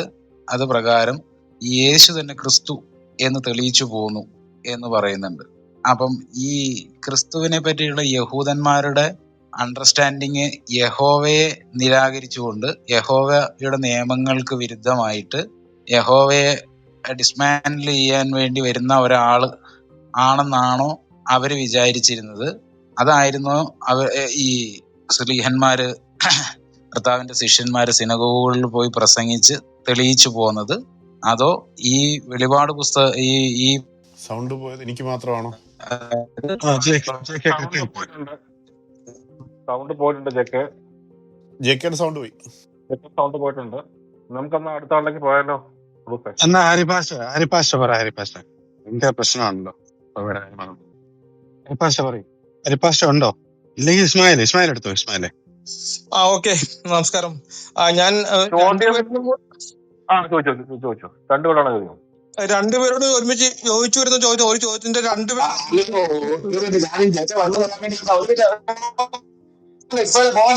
ഞാൻ ഈ ജയത്തെ വല്ലതുമില്ലെന്ന് അറിയാൻ വേണ്ടി നിന്നാ എന്റെ തന്നെ ഓടിപ്പോകാറുണ്ട്. ഹരി ബ്രദർ, മോശം കൃതിയാണ്. നിങ്ങൾ പറയുന്ന ക്ലിയർ ആവുന്നില്ല. നിങ്ങൾ കുറച്ച് പുറത്തേക്ക് സംസാരിക്കും. അപ്പൊ നമ്മൾ ഇസ്മായിൽ ചോദിക്കട്ടെ. ഞാൻ ഒന്നുകൂടി ചോദിക്കാം കേട്ടോ. ഞാൻ എനിക്കൊരു കോള് വന്ന് പെട്ടെന്ന് ഇറങ്ങേണ്ട വന്നു. ഞാൻ ചോദിച്ചത് സ്ലീഹന്മാർ ജെകെ പറയട്ടെ. അത് രണ്ടുപേരും സംസാരിക്കല്ലേ. ജെകെയുടെ ചോദ്യം രണ്ടുപേരും ആണോ? ഉത്തരം പറയാം. ഇപ്പൊ കിടക്കുന്ന ഓർഡർ JK, ഹരി, ഇസ്മായിൽ എന്നാണ്. മൈക്ക് ശരിയല്ലാത്തതാണ്. ഇപ്പൊ JK കഴിഞ്ഞ് ഹരി, അത് കഴിഞ്ഞ് ഇസ്മായിൽ. മൈക്ക് ശരിയാക്കി വെക്ക്. എന്തൊരു ബഹളവാ. എല്ലാവരും അവരുടെ മൈക്കിന് ശരിയാക്കി കേട്ടോ. ജെകെ പറഞ്ഞു. ജെകെയുടെ ചോദ്യം രണ്ട് പേരാണോ? അതോ ജെകെ പിന്നെ മ്യൂട്ടായി പോയല്ലോ. ജെകെ അൺമ്യൂട്ട് ചെയ്തിട്ട് പറയും. ജെകെ പറഞ്ഞോളൂ. ജെകെയുടെ സമയം ആരുമില്ലേ? ജെകെ ഇപ്പൊ കേൾക്കാം. പറഞ്ഞോ. അതായത് ഈ സ്ലീഹന്മാര് ഈ ക്രിസ്തു തന്നെ യേശു എന്ന് തെളിയിച്ചു പോകുന്നു എന്ന് പറഞ്ഞു പഴയ നിയമത്തിന്റെ അടിസ്ഥാനത്തിൽ. അപ്പം യഹൂദന്മാരോട് അന്ന് പറഞ്ഞുകൊണ്ടിരുന്ന കാര്യം, ഈ പറയുന്ന യഹോവയുടെ നുഖപരമായിട്ട് ഭയങ്കര കഠിനമായ നുഖം ഈ നിയമത്തിൽ നിന്ന് ഇവരെ വിടുവിച്ചു എന്നുള്ളതാണോ പ്രസംഗിച്ചു പോകുന്നത്? അല്ലെങ്കിൽ യഹോവയ്ക്ക് എതിരായി നിൽക്കുന്ന ഒരാള് അല്ലെങ്കിൽ ഒരു ദൈവസങ്കല്പത്തെ അവതരിപ്പിച്ചു എന്നുള്ളതാണോ അവരോട് തർക്കിച്ചും സമർത്ഥിച്ചും പോകുന്നത്? അതോ ഈ പറയുന്ന പഴയ നിയമത്തിൽ എഴുതിയിരിക്കുന്ന ഈ പറയുന്ന കാര്യങ്ങൾ സംഭവിച്ചു, ഇത് യഹോവയുടെ പ്രവാചകന്മാർ പ്രവചിച്ചതായിട്ടാണ് നമ്മൾ കാണുന്നത്? അപ്പൊ ഇത് എന്നുള്ളത്. പിന്നെ അതിന്റെ കൂടെ ഒരു ചോദ്യം കൂടെയുണ്ട്. അതായത് യേശുക്രിസ്തു ഈ യഹോവ കൊടുത്ത നിയമത്തിന് കീഴിലാണ്, അതായത് ന്യായപ്രമാണത്തിന് കീഴിലാണ് ജനിച്ചു മരിച്ചു എന്ന് പറയുന്നത്. അപ്പൊ തന്റെ പിതാവല്ലാത്ത തന്നേക്കാൾ, അതായത് യഹോവയേക്കാൾ ഉന്നത അധികാരമുള്ള ദൈവത്തിന്, വേറൊരു ദൈവം അല്ലെങ്കിൽ ഒരു പിതാവ് യേശുക്രിസ്തുവിന് ഇരിക്കുമ്പോൾ താൻ എന്തിന് ഈ ദൈവത്തിന് കീഴ്പ്പെടുന്നു? ഈ ഗോത്ര ദൈവം എന്ന് പറയപ്പെടുന്ന യഹോവയ്ക്ക് കീഴ്പ്പെട്ട് ആ ദൈവത്തിന്റെ നിയമങ്ങൾക്ക് വിധേയനായിട്ട് നിൽക്കേണ്ട കാര്യം എന്താണ്? ഈ അത്യുന്നതനായ അല്ലെങ്കിൽ ഈ യഹോവയേക്കാൾ ഉന്നതനായിട്ടുള്ള ദൈവത്തിന്റെ കയ്യിൽ നിന്ന് യേശുക്രിസ്തു തന്റെ ഏകജാതനായ പുത്രൻ മറ്റേ ആള് പിടിച്ചെടുത്തോണ്ട് പോയോ? എന്താണ് അവിടെ സംഭവിച്ചതെന്നുള്ളതാണ്. രണ്ട് ചോദ്യമാണ്. രണ്ട് ചോദ്യം കൂടെ ഒന്നിച്ച് ചോദിച്ചത്. പിന്നെ എനിക്കൊരു ഇടയ്ക്കിടയ്ക്ക് കോള് വരുന്നുണ്ട്. നിങ്ങൾ രണ്ടുപേരും നിങ്ങളുടെ ഒപ്പീനിയൻസ് പറയണേ. പറഞ്ഞു. ഫൈബ്രദറെ എടുത്തോ. ഒരിക്കലും വ്യത്യസ്തമായിട്ടല്ല, അതിൽ നിന്ന് സ്ഥാപിച്ചു എന്നാ പറയുന്നത്. തിരുവെഴുത്തുകൾ നിരത്തി നമ്മൾ അപ്പസ്തല പ്രവൃത്തിയിൽ കാണുന്ന തിരുവെഴുത്തുകൾ നിരത്തി 15-ാം അധ്യായത്തില് യഹൂദരുമായിട്ടുള്ള നിരന്തര സംവാദത്തിൽ യേശു ക്രിസ്തുവിന്റെ ദൈവത്വവും അവനായിരുന്നു വരാനിരുന്ന മിശിഹ എന്നും അത്യുന്നതനായ പുത്രൻ എന്നുള്ളത് യഹോവയെ ഉദ്ധരിച്ചുള്ള വാക്യങ്ങളിൽ നിന്ന് തന്നെ, പഴയ നിയമ തിരുവെഴുത്തുകളിൽ നിന്ന് തന്നെ സ്ഥാപിച്ചു എന്നാണ് നമ്മൾ മനസ്സിലാക്കുന്നത്. അതിൽ നിന്ന് അവർ കൊറോബറേറ്റ് ചെയ്തതും സ്ഥാപിച്ചതും അവരെ മിണ്ടാതാക്കിയതും എന്ന് പറയുന്നത് സകല പ്രവചനങ്ങളും അവരിൽ നിവൃത്തിയായി. അപ്പസ്തല പ്രവൃത്തിയിലൊക്കെ നമ്മൾ കാണുന്നത് പോലെ അവന്റെ തിരുവെഴുത്തുകൾ പ്രകാരം അവൻ മരിച്ചു, തിരുവെഴുത്തുകൾ പ്രകാരം അവൻ ഉയർത്തു 3 ദിവസം കഴിഞ്ഞിട്ട് എന്നുള്ള രീതിയിൽ തന്നെയാണ് നമ്മൾ മനസ്സിലാക്കുന്നത്. ഒരിക്കലും അങ്ങനെ അല്ലെന്നാണ് എന്റെ സ്ഥാപനം. ബെരോവിലെ വിശ്വാസികളും അപ്പസ്തലന്മാര് പൗലോസ് പറഞ്ഞതിനെ തിരുവെഴുത്തുകൾ അങ്ങനെ തന്നെ വിശ്വസിക്കാതെ തിരുവെഴുത്തുകൾ പ്രകാരം അപ്രകാരം തന്നെയോ എന്ന് അവര് പരിശോധിച്ച് നോക്കി എന്നാ പറയുന്നത്. അപ്പൊ അതിന് വിരുദ്ധമായിട്ടാണ് പരിശോധിച്ച് നോക്കിയിട്ട് ഇത് ഓപ്പോസിറ്റാ, അപ്പൊ പിന്നെ എടുക്കാം എന്നല്ലല്ലോ അവർ പറഞ്ഞത്. ഉറപ്പായിട്ടും അത് പ്രകാരം തന്നെയാണ് യേശു ക്രിസ്തു ജനനം, ജീവിത, മരണം, പുനരുദ്ധാനം എന്നിവ നിവൃത്തിയാക്കിയതെന്നാണ് ഞാൻ മനസ്സിലാക്കുന്നത്. Thank you. ഓക്കെ, ഈ ആൻസർ ഓക്കെ ആണോ? രണ്ടാമതൊരു ക്വസ്റ്റ്യനും കൂടി ഉണ്ടായിരുന്നു അതിനകത്ത്. തിരുവെഴുത്തുകളിൻ ന്യായപ്രമാണത്തിന്റെ കീഴിൽ ജനിക്കുകയും മരിക്കുകയും ഉയർക്കുകയും ചെയ്തു. അപ്പം ഈ എന്തുകൊണ്ട് അത്യുന്നതനായ ദൈവത്തിന്റെ പുത്രനാണെങ്കിൽ എന്തുകൊണ്ട് യഹോവയുടെ നിയമത്തിന്റെ കീഴിലേക്ക് ആയിപ്പോയി? എപ്പോഴാണ് ഇത് സംഭവിച്ചതെന്നുള്ള അതിനും കൂടെ ഉത്തരം പറഞ്ഞു. ഞാൻ പറയാം. അത് പിന്നെ അത്യുന്നതനായ ദൈവത്തിന്റെ പുത്രൻ വന്ന് യഹോവയുടെ ന്യായപ്രമാണത്തെ പൊളിച്ചു കളയാൻ വന്നു എന്നൊരു കൺസെപ്റ്റ് എനിക്കില്ല. രണ്ടും ഒന്നാണെന്നാണ് ഞാൻ വിശ്വസിക്കുന്നത്. അത് ന്യായപ്രമാണത്തിന് അധീനരായ മനുഷ്യരെ അവൻ ഉദ്ധരിക്കുവാൻ വേണ്ടി തന്നെ ന്യായപ്രമാണത്തിന് വിധേയനായിട്ട് തന്നെ വന്നുവെന്നും അത് നിവൃത്തിയാക്കാൻ വന്നു എന്നുള്ള നെഗറ്റീവ് എൻറ്റിറ്റി ആയിരിക്കുന്നൊരു അല്ലെങ്കിൽ ഒരു പിശാചായിരിക്കുന്ന ഒരു എൻറ്റിറ്റിയുടെ നിയമങ്ങൾ നിവൃത്തിയാക്കാൻ സർവശക്തനായ സത്യദൈവത്തിന്റെ പുത്രൻ വന്ന് നിവൃത്തിയാക്കുന്ന പറയുന്നത് എത്രയോ പരിഹാസ്യമായ കാര്യമാണ്. അങ്ങനെ ഞാൻ വിശ്വസിക്കുന്നില്ല. മറിച്ച് ന്യായപ്രമാണം എന്ന് പറയുന്നത് ദൈവം ആവശ്യപ്പെടുന്ന കാര്യമാണ്, മനുഷ്യരാൽ അസാധ്യമായ കാര്യമാണ്. അത് ദൈവത്തിന്റെ അനിവാര്യതയെ സൂചിപ്പിക്കുന്നു. വിശ്വാസത്താൽ എല്ലാവരും ദൈവത്തിലേക്ക് ചെല്ലുക എന്നുള്ളതാണ് അത് വിരൽ ചൂണ്ടുന്നത്. അത് സാധിപ്പാനാണ് ദൈവപുത്രൻ മനുഷ്യർക്ക് ന്യായപ്രമാണത്താൽ കഴിയാത്തതിന് സാധിപ്പാൻ ദൈവം തന്റെ പുത്രൻ നിലവത്തിലേക്ക് അയച്ചു എന്നുള്ള വാക്ക് പ്രകാരം തന്നെ വന്നതും നമുക്ക് വേണ്ടി പ്രതിഫലയാഗമായി തീർന്നതുമെല്ലാം. ഓക്കെ, ജെ.കെ. ഇനി നമുക്ക് ശിവ പാസ്റ്ററിന്റെ മറുപടിയാണ്. ശിവ പാസ്റ്ററെ കേട്ടോ, ചോദ്യം ആവർത്തിക്കുന്നു. ശിവ പാസ്റ്ററെ വേണ്ട വേണ്ട. ഓക്കെ. ഇവിടെ ജെ.കെ. ചോദിച്ച ചോദ്യം വളരെ പ്രസക്തിയുള്ളതാണ്. അബ്രഹാമുമായിട്ട് ചെയ്ത ഉടമ്പടി, ഞാനിതിനെ പൊളൈൻ തിയോളജിയാണ് പറയുന്നത്. പൗലോസ്ലീഹായുടെ വ്യാഖ്യാനം, പൗലോസ്ലീഹയുടെ വ്യാഖ്യാനം, അതിനോടുള്ള വിയോജിപ്പ് യഹൂദന്മാരും പ്രത്യേകിച്ച് മുസ്ലിം ലോകവും ഒക്കെ, ക്രിസ്ത്യാനികളിലും ഒരു പങ്ക് പൗലോസ്ലീഹയുടെ വിയോജിപ്പുള്ളവരാണ്. പൗലോസ്ലീഹ എന്ത് പഠിപ്പിച്ചോ അതാണ് ഞാൻ പറയുന്നത്, അതാണ് ഞാൻ പൗലോസ്ലീഹയെ ഉദ്ധരിച്ചത്. അബ്രഹാമിന് കിട്ടിയ അനുഗ്രഹം ക്രിസ്തുയേശുവിലൂടെ ജാതികൾക്ക് കൊടുക്കുന്നു, എല്ലാവർക്കും കൊടുക്കുന്നു. അതായത് ബൈപ്പാസിങ് ദ ലോ, ന്യായപ്രമാണത്തെ ബൈപ്പാസ് ചെയ്തിട്ട് ഇസ്രായേൽ എന്ന രാഷ്ട്ര സ്ഥാപനത്തെയും അതിന്റെ വ്യവസ്ഥയെയും ബൈപ്പാസ് ചെയ്തിട്ട് അബ്രഹാമിൽ നിന്ന് നേരിട്ട് ഒരു ലൈൻ വലിക്കുന്നു യേശുക്രിസ്തുവിലേക്ക്. അതുകൊണ്ട് നിനക്കും നിന്റെ സന്തതിക്കുമെന്ന് അനേകരെ കുറിച്ചല്ല എന്ന് പറഞ്ഞാൽ അബ്രഹാമിന്റെ സന്തതി ഇസ്ഹാക്ക്, യാക്കോബ്, യാക്കോബിന്റെ മക്കള്, ഗോത്ര പിതാക്കന്മാര്, ആ ഗോത്രത്തിന്റെ രീതികള്, ഇതൊന്നും പൗലോസ്ലീഹ കൺസിഡർ ചെയ്യാതെ പറയാണ് നിനക്കും നിന്റെ സന്തതിക്കുമെന്ന ഏകനെ കുറിച്ചാണ് വാഗ്ദത്തം. ആ ഏകൻ ക്രിസ്തുവാണ്. അപ്പൊ അബ്രഹാം കഴിഞ്ഞാൽ പിന്നെ അടുത്ത സ്റ്റോപ്പ് യേശു ക്രിസ്തുവിലാണ്. അപ്പൊ പൊളൈൻ അണ്ടർസ്റ്റാൻഡിങ്ങിൽ അതാണ് പൊളൈൻ തിയോളജി, അതാണ് ഗ്ലോറിയസ് ഗോസ്പലും പറയുന്നത്. അപ്പൊ അബ്രഹാമിന്റെ അനുഗ്രഹം എന്താണ്? അബ്രഹാമിന്റെ അനുഗ്രഹം ക്രിസ്തുയേശുവിലൂടെ ജാതികൾക്ക് വരേണ്ടതിന് ആത്മാവെന്ന വാഗ്ദത്ത വിഷയം നാം വിശ്വാസത്താൽ പ്രാപിക്കേണ്ടതിന്. അപ്പൊ അബ്രഹാമിന്റെ അനുഗ്രഹം എന്താണ്? പ്രവൃത്തി കൂടാതെ നീതീകരിക്കപ്പെട്ടു എന്നുള്ളതാണ്. അപ്പൊ അബ്രഹാം സൗജന്യമായി നീതീകരിക്കപ്പെട്ടു. ന്യായപ്രമാണത്തിന്റെ പ്രവൃത്തികളാൽ ഒരു ജഡവും നീതീകരിക്കപ്പെടുന്നില്ല. ന്യായപ്രമാണത്തിന്റെ കീഴിലുള്ളവരെല്ലാവരും ശാപത്തിന്റെ കീഴാകുന്നു, ശാപഗ്രസ്തരാകുന്നു എന്നാണ് പൗലോസ്ലീഹ പഠിപ്പിക്കുന്നത്. അപ്പൊ ഈ ശാപത്തിന്റെ ശുശ്രൂഷക്കാരനോ മരണത്തിന്റെ ശുശ്രൂഷക്കാരനോ ആയിട്ടല്ല യേശുക്രിസ്തു വന്നത്. യേശുക്രിസ്തു വന്ന ന്യായപ്രമാണത്തിന്റെ കീഴിൽ ന്യായപ്രമാണത്തിന്റെ ശുശ്രൂഷക്കാരനാണെങ്കിൽ അത് ലംഘനത്തിന്റെ ശുശ്രൂഷക്കാരനാണ്, മരണത്തിന്റെ ശുശ്രൂഷക്കാരനാണ്, പാപത്തിന്റെ ശുശ്രൂഷക്കാരനാണ്. അതൊരിക്കലും അങ്ങനെ അല്ല എന്നാണ് പൗലോസ്ലീഹ സ്ഥാപിക്കുന്നത്. ഈവൻ പൗലോസ്ലീഹ തന്നെ ഗലാത്യ ലേഖനത്തിൽ പറയുകയാണ്, ഞാൻ പൊളിച്ചതിനെ വീണ്ടും പണിതാൽ ഞാൻ എന്നെ തന്നെ ലംഘനക്കാരൻ എന്ന് തെളിയിക്കുന്നു. അപ്പൊ അതിനെ നീക്കിക്കളയുകയാണ്. ഈ ന്യായപ്രമാണത്തിന്റെ കീഴിൽ അത് നുകമാണ്. ആ നുകത്തിന്റെ കീഴിൽ അടിമകളായിരിക്കുന്ന, അത് മരണമാണ് നൽകുന്നത്. അക്ഷരം കല്ലിൽ കൊത്തിയ മരണത്തിന്റെ ശുശ്രൂഷ എന്നാണ് ന്യായപ്രമാണ ശുശ്രൂഷ കൊരിന്ത്യ ലേഖനത്തിൽ പൗലോസ്ലീഹ വിശേഷിപ്പിക്കുന്നത്. അപ്പൊ ഈ മരണം മാത്രം നൽകുന്ന ഈ ന്യായപ്രമാണത്തിന്റെ നുകത്തിന്റെ കീഴിൽ നിന്ന് ഈ ജനത്തെ മോചിപ്പിക്കുവാൻ, അതാണ് അഭിഷേകം നുകത്തെ തകർത്ത് കളയുമെന്ന്, പുഷ്ടി നിമിത്തം നുകം തകർന്നു പോകുന്നതാണ് സത്യവേദോത്സവത്തിൽ. അഭിഷേകം നുകത്തെ തകർത്ത് കളയും. യെശയ്യാ 10:27. The yoke shall be destroyed because of the anointing. The anointed one has appeared. The anointed one is Christ. He has appeared to destroy the yoke of the law. ഈ ന്യായപ്രമാണത്തിന്റെ നുകത്തെ തകർക്കുവാൻ അഭിഷിക്തൻ പ്രത്യക്ഷനായി. അതുകൊണ്ട് പുഷ്ടി നിമിത്തം നുകം തകർന്നു പോകും. The Son of God appeared to destroy the works of the devil. പിശാചിന്റെ പ്രവർത്തികളെ അഴിക്കേണ്ടതിന് ദൈവപുത്രൻ, നശിപ്പിക്കേണ്ടതിന് ദൈവപുത്രൻ പ്രത്യക്ഷനായി.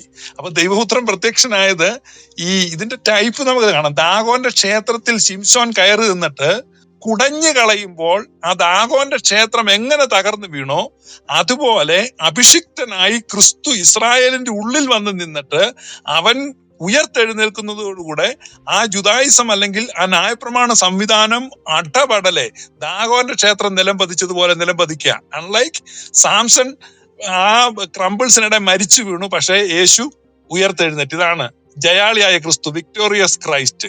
അപ്പൊ ഇതാണ് പ്രസംഗിക്കുന്നത്. അല്ലാതെ ഒരിക്കലും ന്യായപ്രമാണത്തിന്റെ ശുശ്രൂഷക്കാരനായിട്ട് വന്ന്, അങ്ങനെയാണെങ്കിൽ യഹൂദന്മാർ ആശിച്ചതുപോലെ യഹൂദന്മാരെ ലീഡ് ചെയ്ത് യെരുശലേം ദൈവാലയത്തെ വികസിപ്പിക്കാനും അപ്പുറത്തൊരു 10 ഏക്കറോട് മേടിക്കാനും ഇപ്പുറത്തൊരു സ്കൂളും കോളേജും വെക്കാനും അങ്ങനെ യെരുശലേം ദൈവാലയത്തിന്റെ കീർത്തി വർദ്ധിപ്പിക്കാനും അവരുടെ ന്യായപ്രമാണത്തെ പ്രചരിപ്പിക്കാനും ഒക്കെ ആയിട്ട് യേശു മുന്നിട്ട് നിൽക്കണമായിരുന്നു. അവൻ അത്തരത്തിലുള്ള ഒരു മശിഹ അല്ലായിരുന്നു.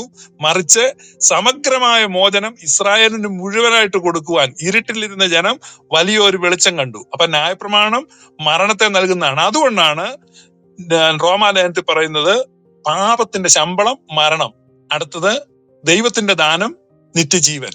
ഇത് രണ്ട് നിയമമാണ്. പഴയ നിയമത്തിന്റെ വിവരണമാണ് പാപത്തിന്റെ ശമ്പളം മരണമാണ്. That is old testament. പുതിയ നിയമം എന്താണ്? ദൈവത്തിന്റെ ദാനം നിത്യജീവൻ. അപ്പൊ പൗലോസ്ലീഹ അടക്കമുള്ള അപ്പോസ്തലന്മാര് പ്രസംഗിക്കുന്നതും പുതിയ നിയമ സഭയുടെ വിശ്വാസവും ദൈവത്തിന്റെ ദാനം നിത്യജീവനാന്നുള്ളതാണ്. The gift of God eternal life. മറ്റേത് wages of sin is death. നിങ്ങൾ പഴയ നിയമത്തിലേക്കും യഹോവയിലേക്കും ന്യായപ്രമാണത്തിലേക്കും പോകുമ്പോൾ ഒറ്റ റിസൾട്ടേ ഉള്ളൂ, അതിന്റെ അന്തം മരണമാണ്. Wages of sin is death tag line ആണ്. സിംഗിൾ ലൈൻ ആയിട്ട് നമ്മൾ ഓൾഡ് ടെസ്റ്റ്മെന്റിനെ പറ്റി പറഞ്ഞാൽ wages of sin is death, that is old testament. The gift of God is eternal life, that is new testament. അത്ര മാത്രമേ എനിക്ക് പറയാനുള്ളൂ. ജെകെ എന്തെങ്കിലും കൗണ്ടർ ആർഗ്യുമെന്റ്സ് ഉണ്ടോ? ഒരു ചോദ്യം കൂടെ അതിന്റെ ഇത് ചോദിക്കാമോ? അതിനുമായിട്ട് ബന്ധപ്പെട്ടതാണ് ചോദിക്കാം. ഓക്കെ. ഇപ്പൊ ഈ പറയുന്ന പൗലോസ് അപ്പോസ്തലൻ ജാതികളുടെ അപ്പോസ്തലനാണെന്നാണ് തന്നെ പറ്റി പറയുന്നത്. അപ്പം ഈ പറയുന്ന കാര്യം ഈ യേശുക്രിസ്തു മുഖത്തിന്റെ കീഴിൽ നിന്ന് അഴിക്കാൻ വന്നിരിക്കുന്നത് യഹൂദന് മാത്രമാണ്. അല്ല, യഹൂദന് മാത്രമേ ന്യായപ്രമാണമുള്ളൂ. അപ്പോ ഈ പറയുന്ന യഹൂദന് മാത്രം ന്യായപ്രമാണം നിലനിൽക്കെ അപ്പോസ്തലനായ പൗലോസ് തന്നെ ജാതികളുടെ അപ്പോസ്തലൻ എന്ന് പറയുമ്പോൾ ഈ യേശുക്രിസ്തുവിന്റെ ക്രൂശുമരണം ജാതികൾക്ക് ഏത് തരത്തിലാണ്, അല്ലെങ്കിൽ യേശുക്രിസ്തുവിൻ ഈ പറയുന്ന നുഖത്തിൽ നിന്ന് വിടുവിച്ചു എന്ന് പറയുന്ന കാര്യം അത് വിഗ്രഹമാണ് പറയുന്നതാണോ പൊതുവെ പറയുന്നതാണോ? രണ്ടാമത്തെ കാര്യം എന്ന് വെച്ചിട്ടുണ്ടെങ്കിൽ ഈ അത്യുന്നതന്റെ അത്യുന്നതനായ ദൈവത്തിന്റെ സൃഷ്ടിയും അല്ലെങ്കിൽ മൊത്തം കാര്യങ്ങൾ അത്യുന്നതന്റെ കീഴിലിരിക്കുമ്പോൾ ഇത് യഹോവ എന്നുള്ള ഇതിനകത്താണല്ലോ, അല്ലെങ്കിൽ ന്യായപ്രമാണം സംതൃപ്തിയായിട്ടാണ് പാപം എന്ന് പറയുന്നു. ആരും പാപം ചെയ്യാത്തവരില്ല എന്ന് പറയുന്നു, എല്ലാവരും കുറ്റക്കാരാണെന്ന് പറയുന്നു. ഇതെല്ലാം ന്യായപ്രമാണ സംബന്ധിയായിട്ടാണ് അപ്പോസ്തലനായ പൗലോസ് വിവരിക്കുന്നത്. അപ്പം ഈ ലോകത്തുള്ള സകല മനുഷ്യരുടെയും ദൈവമായിരുന്നോ ഈ യഹോവ? അതായത് ഈ സകലത്തിലുള്ള സകല മനുഷ്യരുടെയും ദൈവവും സകല മനുഷ്യരും യഹോവയുടെ നിയമത്തിന് കീഴിലുമായിരുന്നു എന്നുള്ളതാണ് ചോദ്യം. ഒന്നും കൂടെ വേണം ചോദിക്കാട്ടോ, ക്ലിയർ അല്ലാന്ന് എനിക്ക് തോന്നുന്നു ചോദ്യം. ന്യായപ്രമാണത്തിന്റെ കർത്താവാണ്, ന്യായപ്രമാണത്തിന്റെ ദാതാവാണ് യഹോവ. അപ്പൊ അതേ ന്യായപ്രമാണ ദാതാവും കർത്താവുമായ യഹോവ ലോകത്തുള്ള എല്ലാവരുടെയും ദൈവമല്ല, ഇസ്രായേലിന്റെ ദൈവമാണ്. ഇസ്രായേലിന്റെ ആ ന്യായപ്രമാണത്തിന്റെ കർത്താവാണ്. So he was considered as the lord of the law and the giver of the law and the mediator of the law. അപ്പൊ ന്യായപ്രമാണത്തിന്റെ മധ്യസ്ഥൻ മോശയാണ്. ആ മോശയ്ക്ക് യഹോവ ഇത് കൊടുക്കുകയാണ്. അപ്പം Moses is the mediator of the law and Jehovah is the giver and Lord of the law. ഇത് ഈ ന്യായപ്രമാണം ഉള്ളവർക്ക് മാത്രമേ യഹോവ ബാധകമാവുന്നുള്ളൂ. കാരണം ഈ ന്യായപ്രമാണം ഇല്ലെങ്കിൽ യഹോവ ഇല്ല. ന്യായപ്രമാണത്തിന്റെ കർത്താവ് എന്ന നിലയ്ക്കും ന്യായപ്രമാണത്തിന്റെ ദാതാവ് എന്ന നിലയ്ക്കുമാണ് നമ്മൾ യഹോവയെ മനസ്സിലാക്കുന്നത്. ന്യായപ്രമാണം ഇല്ലാത്തവർക്ക് എങ്ങനെ യഹോവ വരുമെന്ന് എനിക്ക് മനസ്സിലാകുന്നില്ല. അത് ക്വൈറ്റ് അബ്സേർഡ്. കാരണം ന്യായപ്രമാണം ഇല്ലെങ്കിൽ യഹോവ ഇല്ല, യഹോവയ്ക്ക് നിലനിൽക്കാൻ കഴിയില്ല. ഇത് ന്യായപ്രമാണം ഇല്ലാതെ യഹോവയെ നിലനിർത്താൻ വേണ്ടി ശ്രമിക്കുകയാണ്. സോഡ പൊട്ടിച്ചു കഴിഞ്ഞിട്ട് സോഡ ഇല്ലാതെ ആ ഗ്യാസ് നിലനിർത്താനൊക്കെ ശ്രമിക്കുന്ന പോലെ ഒരു പരിശ്രമമാണിത്. ന്യായപ്രമാണമാണ് യഹോവയുടെ ശക്തി. അതുകൊണ്ടാണ് പൗലോസ് പറയുന്നത് പാപത്തിന്റെ ശക്തി ന്യായപ്രമാണം, പാപത്തിന്റെ ശമ്പളമോ മരണം. അപ്പൊ മരണ ശുശ്രൂഷ എന്നാണ് ഇതിനെപ്പറ്റി പറയുന്നത്. മരണത്തിന്റെ അധികാരിയാണ് യഹോവ. കാരണം മരണമാണ് എല്ലാവർക്കും വിധിക്കുന്നത്. ഒരാൾക്ക് പോലും ഇപ്പൊ ഈ 6 ലക്ഷം പേര് പോകുന്നതിൽ 5,99,998 പേരും മരിച്ചു. പിന്നീട് അവശേഷിച്ച 2 പേരും മരിച്ചു. മരണമാണ്. പക്ഷെ യേശുക്രിസ്തുവിന്റെ ഓഫർ എന്ന് പറഞ്ഞാൽ ഞാൻ വന്നിരിക്കുന്നത് നിങ്ങൾക്ക് ജീവൻ ഉണ്ടാകാനും സമൃദ്ധിയായ ജീവൻ ഉണ്ടാകാനും. അപ്പൊ യേശുവിന് 2 ഓപ്ഷനാ, ഒന്നുകിൽ ലൈഫ് അല്ലെങ്കിൽ അബണ്ടൻസ് ഓഫ് ലൈഫ്. നിങ്ങൾക്ക് വേണമെങ്കിൽ ലൈഫ് എടുക്കാം, ലൈഫ് വേണ്ടേ? അടുത്ത തന്നെ ഉള്ള അബണ്ടൻസ് ഓഫ് ലൈഫ്, ഇതാ പിടിച്ചു. അപ്പൊ യേശുവിന്റെ ഓഫർ എന്ന് പറഞ്ഞു കഴിഞ്ഞാൽ ലൈഫ് ആൻഡ് ഡെത്ത് ഒന്നും അല്ല, ലൈഫ് ആൻഡ് അബണ്ടൻസ് ഓഫ് ലൈഫാണ്. അതാണ് വ്യത്യാസം. എന്റെ ന്യായപ്രമാണം എന്ന് പറഞ്ഞു കഴിഞ്ഞാൽ മരണത്തിന്റെ ശുശ്രൂഷയാണെന്ന് പൗലോസ് പറഞ്ഞു. മരണത്തിന്റെ അധികാരിയാണ്. ഈ മരണത്തിന്റെ അധികാരിയെ യേശു കർത്താവ് സ്വന്തം മരണത്താൽ നീക്കിക്കളഞ്ഞു. ജീവപര്യന്തം മരണഭീതിക്ക് അടിമകളായിരുന്നവർക്കൊക്കെ സ്വാതന്ത്ര്യം നൽകി. പിന്നെ ജേക്ക ചോദിച്ച ചോദ്യം ജാതികൾ എന്നുള്ളതാ. ജാതികളുടെ ഇടയിൽ ചെതറിയിരിക്കുന്ന യഹൂദന്മാരെ സംബന്ധിച്ച് ഇസ്രായേലുകളുടെ ലോസ്റ്റ് ട്രൈബ്സ് ഉള്ളവരെല്ലാം പല ജാതികളിലേക്ക് സ്കാറ്റർ ചെയ്തു പോയി. അവരെയാണ് ഈ ജാതികൾ എന്ന് പറയുന്നത്. ആ ജാതികളുടെ പ്രത്യാശയായിട്ടാണ് ക്രിസ്തുവിനെ പൗലോസ് കാണിക്കുന്നത്. അപ്പൊ അവരെല്ലാം ഹെലനൈസ്ഡ് ജൂസ് ഉണ്ട്, പിന്നെ സ്കാറ്റേർഡ് ജൂസ് ഉണ്ട്. അതുകൊണ്ട് സകല ജാതികളിൽ നിന്നും യെരുശലേമിൽ വന്നു പാർത്ത യഹൂദന്മാർ എന്ന് പ്രത്യേകം എഴുതിയിട്ടുണ്ട്. സകല ജാതികളിൽ നിന്നും യെരുശലേമിൽ വന്നു പാർത്ത യഹൂദന്മാർ. ഈ ആളുകളോട് നമുക്ക് നൽകിയ സ്വാതന്ത്ര്യവും ന്യായപ്രമാണം എന്ന നുകം ഒടിഞ്ഞതിനെ കുറിച്ചും ഇനി അതിന്റെ ദൃശ്യപ്രതീകമായ ദൈവാലയം നീക്കപ്പെടാൻ മുൻകൂടാരം നീക്കപ്പെടാൻ പോകുന്നതിനെ കുറിച്ചുമുള്ള സുവിശേഷമാണ് അവർ അറിയിച്ചത്. അത് നീങ്ങുന്നതോടുകൂടെ അവര് മറ്റ് സാധാരണ ലോക മനുഷ്യരോട് താതാത്മ്യപ്പെടുകയാണ്, ഇടകലരുകയാണ്. പിന്നെ യഹൂദനെന്നും യവനനെന്നും ജാതിയെന്നും ബർബരനെന്നും കുലീനനെന്നും കുലഹീനനെന്നും ഉള്ള വ്യത്യാസങ്ങൾ മനുഷ്യവർഗത്തിൽ ഇല്ലാതാകുന്നു. അപ്പൊ മനുഷ്യവർഗത്തിലെ എല്ലാ ഉച്ചനീചത്വങ്ങളെയും മതിലുകളെയും മാറ്റിയിട്ട് മനുഷ്യനെ ഒന്നാക്കി മാറ്റുന്നു ക്രിസ്തുവിന്റെ സുവിശേഷം. ഇതാണ് ജാതികൾക്കുള്ള സുവിശേഷം. യഹൂദനെ അവന്റെ ആ മതില് പൊളിച്ച് ഈ ജാതികളുടെ ഇടയിലേക്ക് കൊണ്ടുവന്നു, സാധാരണ മനുഷ്യരുടെ ഇടയിലേക്ക് കൊണ്ടുവന്നു. ഇത് മറ്റുള്ള ആളുകൾ യഹൂദനെ ശ്രേഷ്ഠ ജാതി, അവൻ വലിയ ദൈവമുള്ളവനും ദൈവാലയമുള്ളവനും ഒക്കെ ആയിട്ട് നിൽക്കുകയാണ്. ഇസ്രായേൽ ജാതിക്കാരൻ, ഇസ്രായേൽ പൗരതയോട് സംബന്ധമില്ലാത്ത, we were alienated from the commonwealth of Israel എന്നാണ് എഫേസിൽ പറയുന്നത്. അപ്പൊ എന്ത് ചെയ്യാണ്? ഇതിനെ ഇടിച്ചു കളഞ്ഞിട്ട്, വേർപാടിന്റെ നടിച്ചുവരിനെ ഇടിച്ചു കളഞ്ഞിട്ട് മനുഷ്യവർഗത്തെ ഒന്നാക്കി മാറ്റുക. ഇതാണ് മെസ്സേജ്, അതാണ് ഗോസ്പൽ ടു ദ ജെന്റൈൽസ്.